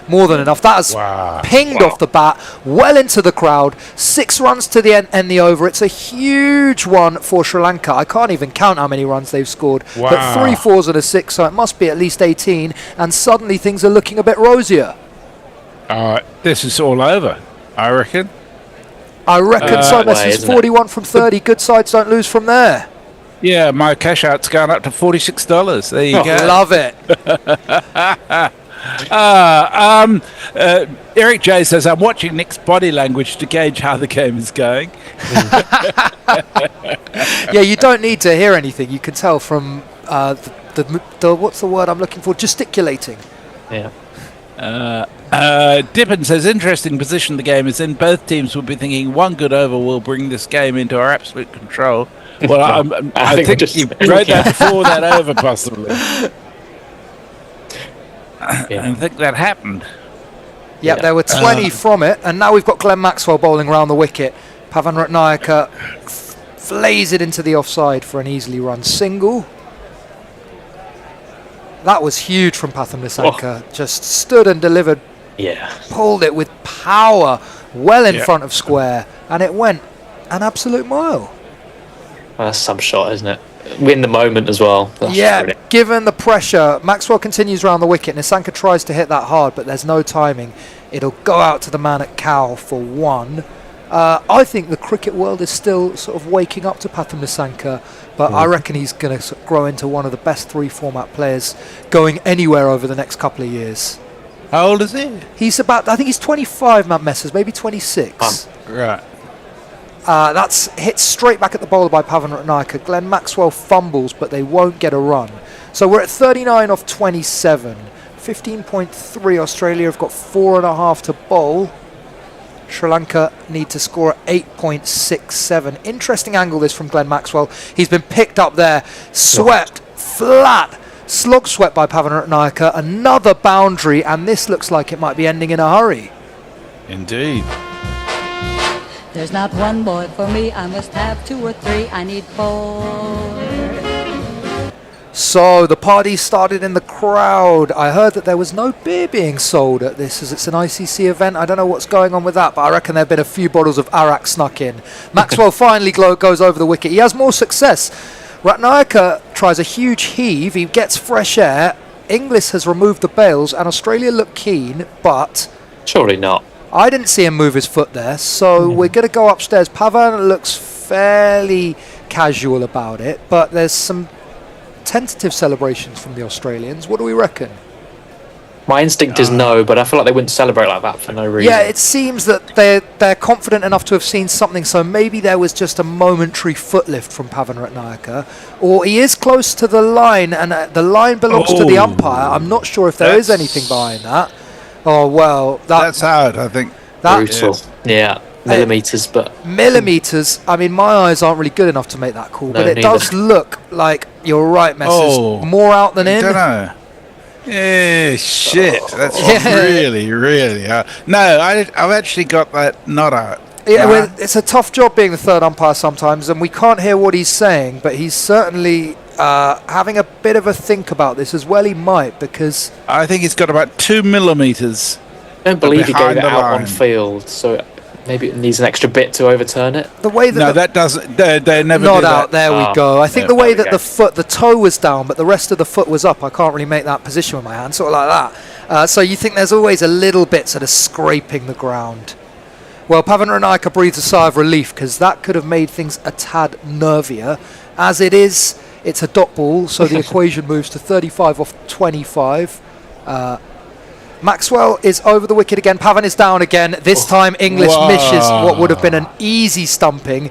And it races away for 4 runs to add a bit of salt into the wound. So Sri Lanka have the luck at the moment. 31 off 24 is what's needed. Listen and you bound to see the way you get shot for crossing a boundary, crossing a boundary. It's interesting. It's so often when someone gets away with one, they give it away the next ball. One brings it was 2 just in a lucky. sort of in a lucky way. Yeah. We got anything going on the socials, Messers? Indeed we have. They need 2 quick wickets in 1 over, otherwise done, says Dippin. Extra Fluffo said, a few bottles of borax, did you say? Arak. It's a Sri Lankan liquor. It's a bit like rum, but it's made from coconut sap, I believe. All right. Stephen Kelk says the mighty Sri Lankan hammer is being brought to bear upon the ailing Australians. Quite right, and unsurprisingly, Australia go to their best bowler Nathan Ellis for this crucial over. He starts short. Pathum pulls to deep backward square for 1. You think it's got to be a wicket this over if they're going to get back into it, right? Oh, not just a wicket; it needs to be the wicket. The wicket. It's got to be Nissanka, and that ball did actually take Pathirana's inside edge, so it could have been out about 4 ways. Instead, it was 4 runs. I'm not sure you need these Chanderpool things in the field, do you? These under-eye... I mean...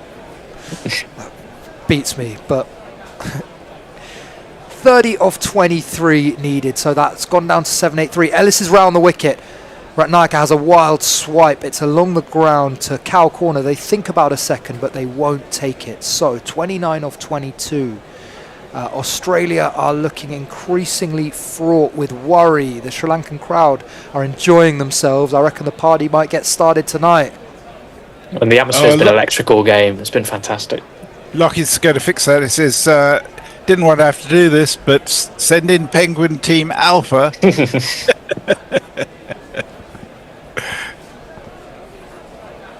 And here is Nathan Ellis round the wicket again, wide on the crease, wide of the stumps to Pathum Nissanka. It is slapped into the offside for, I think there's just one Steve Smith misfield, so they're going to get back for a second.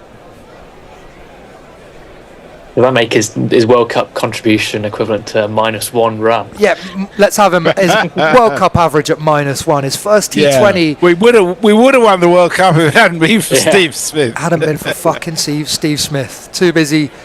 What's he spending all night doing? Browsing sandpaper websites online. Something like that. Yep. Watching old clips of Monty Panesar on what was it? Pointless Mastermind. Yeah, there we go. What does Steve Smith do to entertain himself? Well, Sanath's still looking worried, so he doesn't think this game's won yet. Pathum Nissanka's on strike on 76. 27 of 21 is the equation. Nathan Ellis has come back over the wicket. It's picked up, slapped over backward point into the advertising boards for a really flat 6. This must be over now, right, Japs? Yeah, I'm sure. Damn! That 6 is on fire. Yeah, it was a straight short ball, but Pathum stepped away and gave himself so much room, and he looked to hardly hit it. I don't understand how I can do so much work and the ball goes 2 metres, and he does that, and it flies 70 metres for a flat, beautiful 6. He's shown us some shots tonight, Ed. He has, and sometimes with like chases of this kind of nature, like 30 off 20, I'll finish after the ball. As it looks like it's going to be called a wide, that from Ellis. It is indeed. Richard Kettleborough extends the hands of doom. So sometimes that batters will kind of just see out a premier bowler like Nathan Ellis, but they've gone, no, we've had enough here, and taken it to the cleaners with a wicked shot. We're going to twat you in style. Yeah. And as you say, Ed, like when you don't know quite whether to stick or twist, these little chases, if you get it wrong, they can become awkward and start to look really ugly. That old cliche of not letting it go into the last over. I think Sri Lanka are taking that one to heart tonight. I tell you, it's over. The bookies have stopped even offering a cash out now. We love to hear that, and that is really wow. I'm lost for words there. It's so cheeky. That's a beautiful 6, I think. 6 it is indeed. Wow. He's just turned it round the corner off middle stump. I don't know what you call that shot. It's a flicked sweep. It's a little flicked sweep, but he hasn't gone down on one knee. But anyway, the result is this. Yeah, you're right, Messers. The flicked upright round the corner sweep. It looked like the one hand almost came off the bat. I mean, Pathum Nissanka is really unfurling every shot in the book tonight. It's a short boundary, but even so, to get that much on a flick like that is very impressive, very wristy. It's really good technique. It really is. As we see a man who looks like he's stuck in a tree. He's got a Sri Lanka flag, which he looks like he's putting away because the game is essentially over. 13 of 18 is the equation now. I think Nathan Ellis is all done for the night. Sri Lanka 169 for 2 and cruising. Yeah, that's something else, isn't it? Sorry, it's the end of the over, isn't it?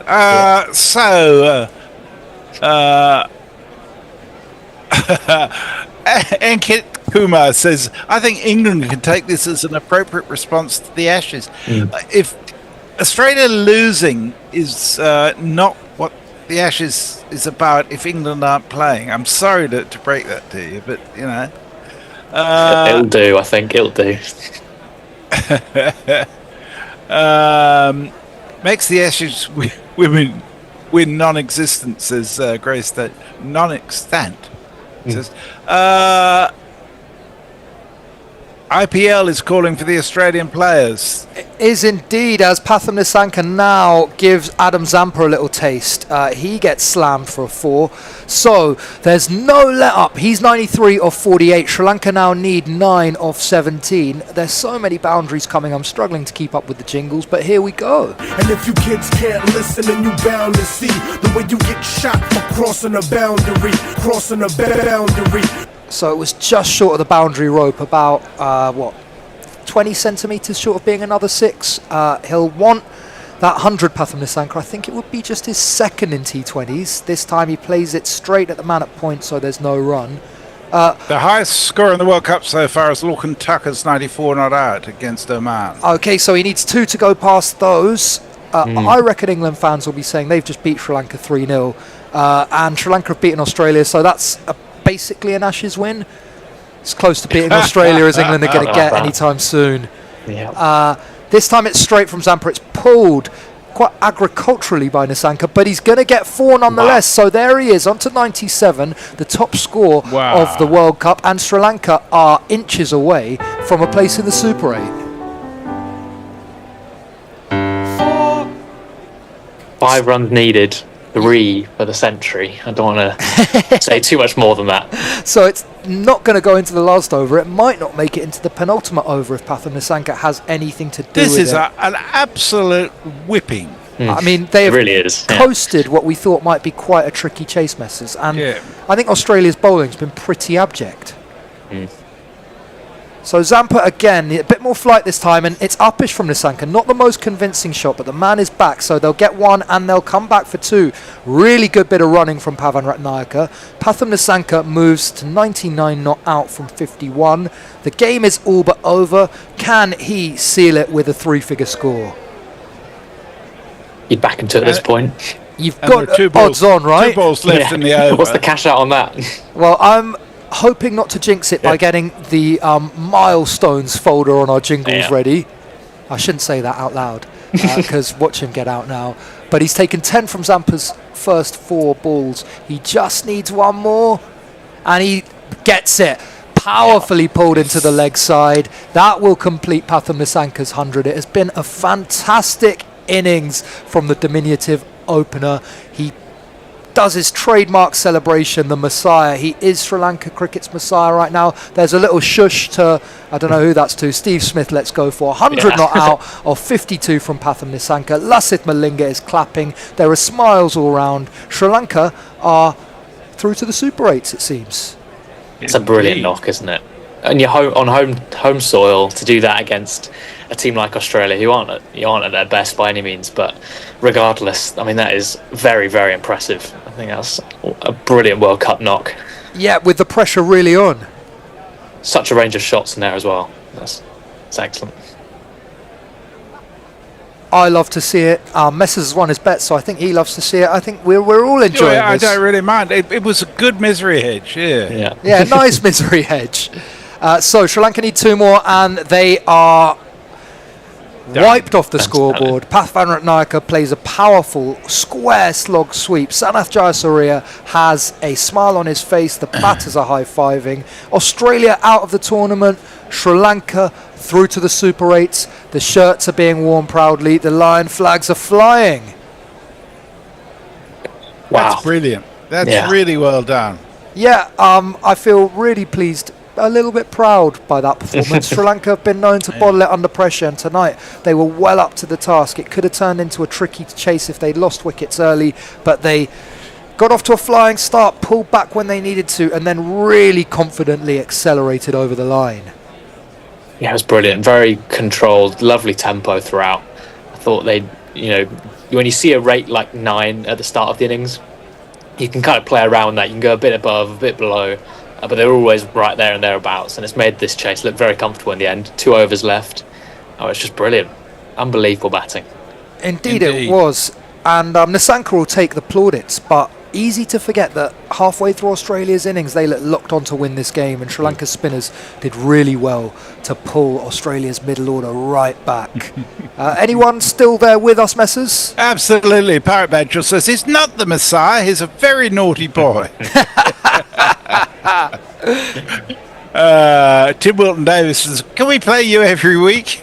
Good ton though, keeps Ireland's hopes alive, says Parrot Badger. Well, yeah, it's a big stretch for Ireland, given how they've played so far. They've played 1 good game and 2 shockers. Well played, Australia and all the fellow associate members, says Eric J. Jay Grover says, thank you all once again, happy to be proved wrong. Thank you, Jay. I should say I'm not going to be here for the next few days. I've got a meeting in Melbourne, so I'm heading over there. I'll be back Monday of next week. So does this eliminate Australia, says Stephen Kelk? Well, yes, unless there are some extraordinary circumstances which we won't go into, but apart from anything else, it involves Sri Lanka. It would involve Sri Lanka losing their last 2 games against who we got? Oman and Ireland, isn't it? No, I think they've just got 1 left now, Messrs. Just One. Zimbabwe. So, right. I think they're through even if they lose that, right? Oh, that's right. Yeah, it's not them. It's somebody else. Zimbabwe could mess it up, I guess. Oh, yeah, Zimbabwe need to lose both. Yes, that's right. Badly. And that first one is coming tomorrow, so that could be, interesting, Ireland-Zimbabwe. It could be interesting. I don't think Ireland have got what it takes to beat Zimbabwe, to be honest. No, I said it could be interesting, and then I didn't really believe it. It could be shit, and we're not covering it, so I don't need to talk it up. No. Yeah. What we are covering, though, tomorrow is what? I think we're covering Scotland-Nepal, Messrs. I think you might be right. Which is a dead rubber. Scotland, Nepal at Wankhede at 1:30 GMT. Yeah, so that game means nothing, but will be an absolute thriller. So do come and join us. Although before that happens, I've got to deal with shutting down the studio unsupervised. So if we're not on air tomorrow, you do know who to blame. So one thing to do, to make sure you do is turn off the YouTube screen, because somebody left it on the other day and it was on we had a for 8 13-hour hours. T20. Fantastic. So that's my first port of call, Messrs. Bear's showing me how to do that. Stop broadcasting and then just switch everything off, right? Yeah. A few thanks. Linda Wood says, great game, lovely commentary. Thanks, Nick, Ed, Messi and Bennett. Happy New Zealander. Thank you, Linda. God, it must be early in the morning over there. Congratulations, Sri Lanka. I'm from Jamaica, says Dean Bertley. Big up, Dean. Richard Peel says, as awesome as that innings, as that Nasandika knot was, the highlight for me was seeing the sad look on Biggie Smith's face at the end. Oh, you never forget, do you, Richard? Brilliant. Thanks for the coverage and company, everyone, says Stephen Kirk. Yeah, thank you all for being part of it. And I love the way it makes it hard reading messages because there are so many of them, but I do love the fact that there is such a strong community that there are lots of messages going backwards and forwards on the chat. It feels like part of the family, really. It's great, and you've done a sterling job as always, Messrs. Socials duty is much harder than it looks, but you are the gold standard. I've said it before, I'll say it again. No one better than Messrs. On the socials. So if you're just joining us for the final moments, Sri Lanka have absolutely shellacked Australia, chased down 182 without getting out of third gear. Pathirana played brilliantly for his unbeaten 100, was ably supported by Kusal Mendis and Pathirana, backed up by the spinners, and Sri Lanka are the first team from Group B to qualify for the Super 8s, all barring a series of absolute fucking disasters. Australia are on the way plane home, and I think I, for one, am happy about it. Indeed. Well, so is somebody else. Tim Wilton Davis, who took on Sri Lankan citizenship for the day, just says, today is a good day. It is indeed, as Ice Cube once said. Agreed. It was a good day. Okay. Thank you all. We shall see you anon. Thanks for staying with us. We'll see you soon. Oh shit, I've got to play the theme tune again now, don't I, Messrs? Yes, you do indeed. Where do I find that? In theme tunes, probably. I think it may be in theme tune. And here it is. I'm off for a piss. Have a good evening, all. See ya. Thank you, everyone.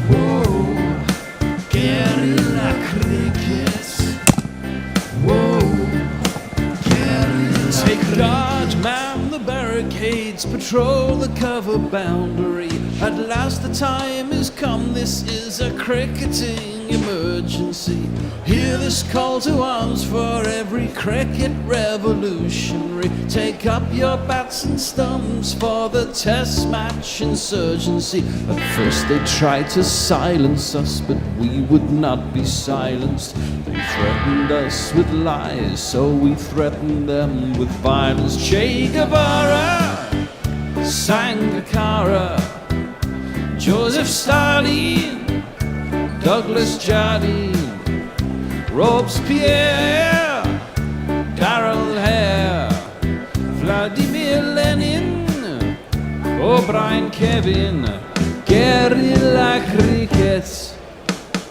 It's not about the winning, it's about how many rules you break. Even in cricket commentary, this is the best advice to take.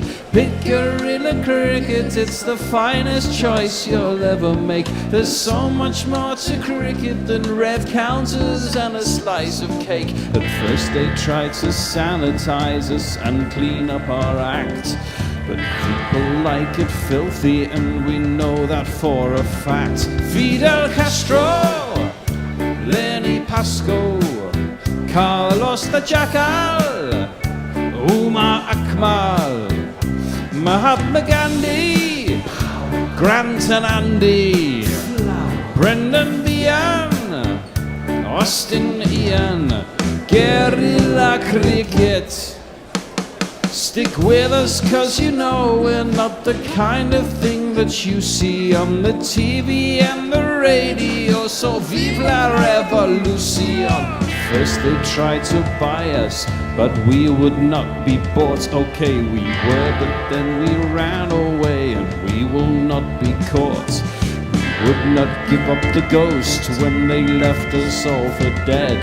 They decapitated us, but we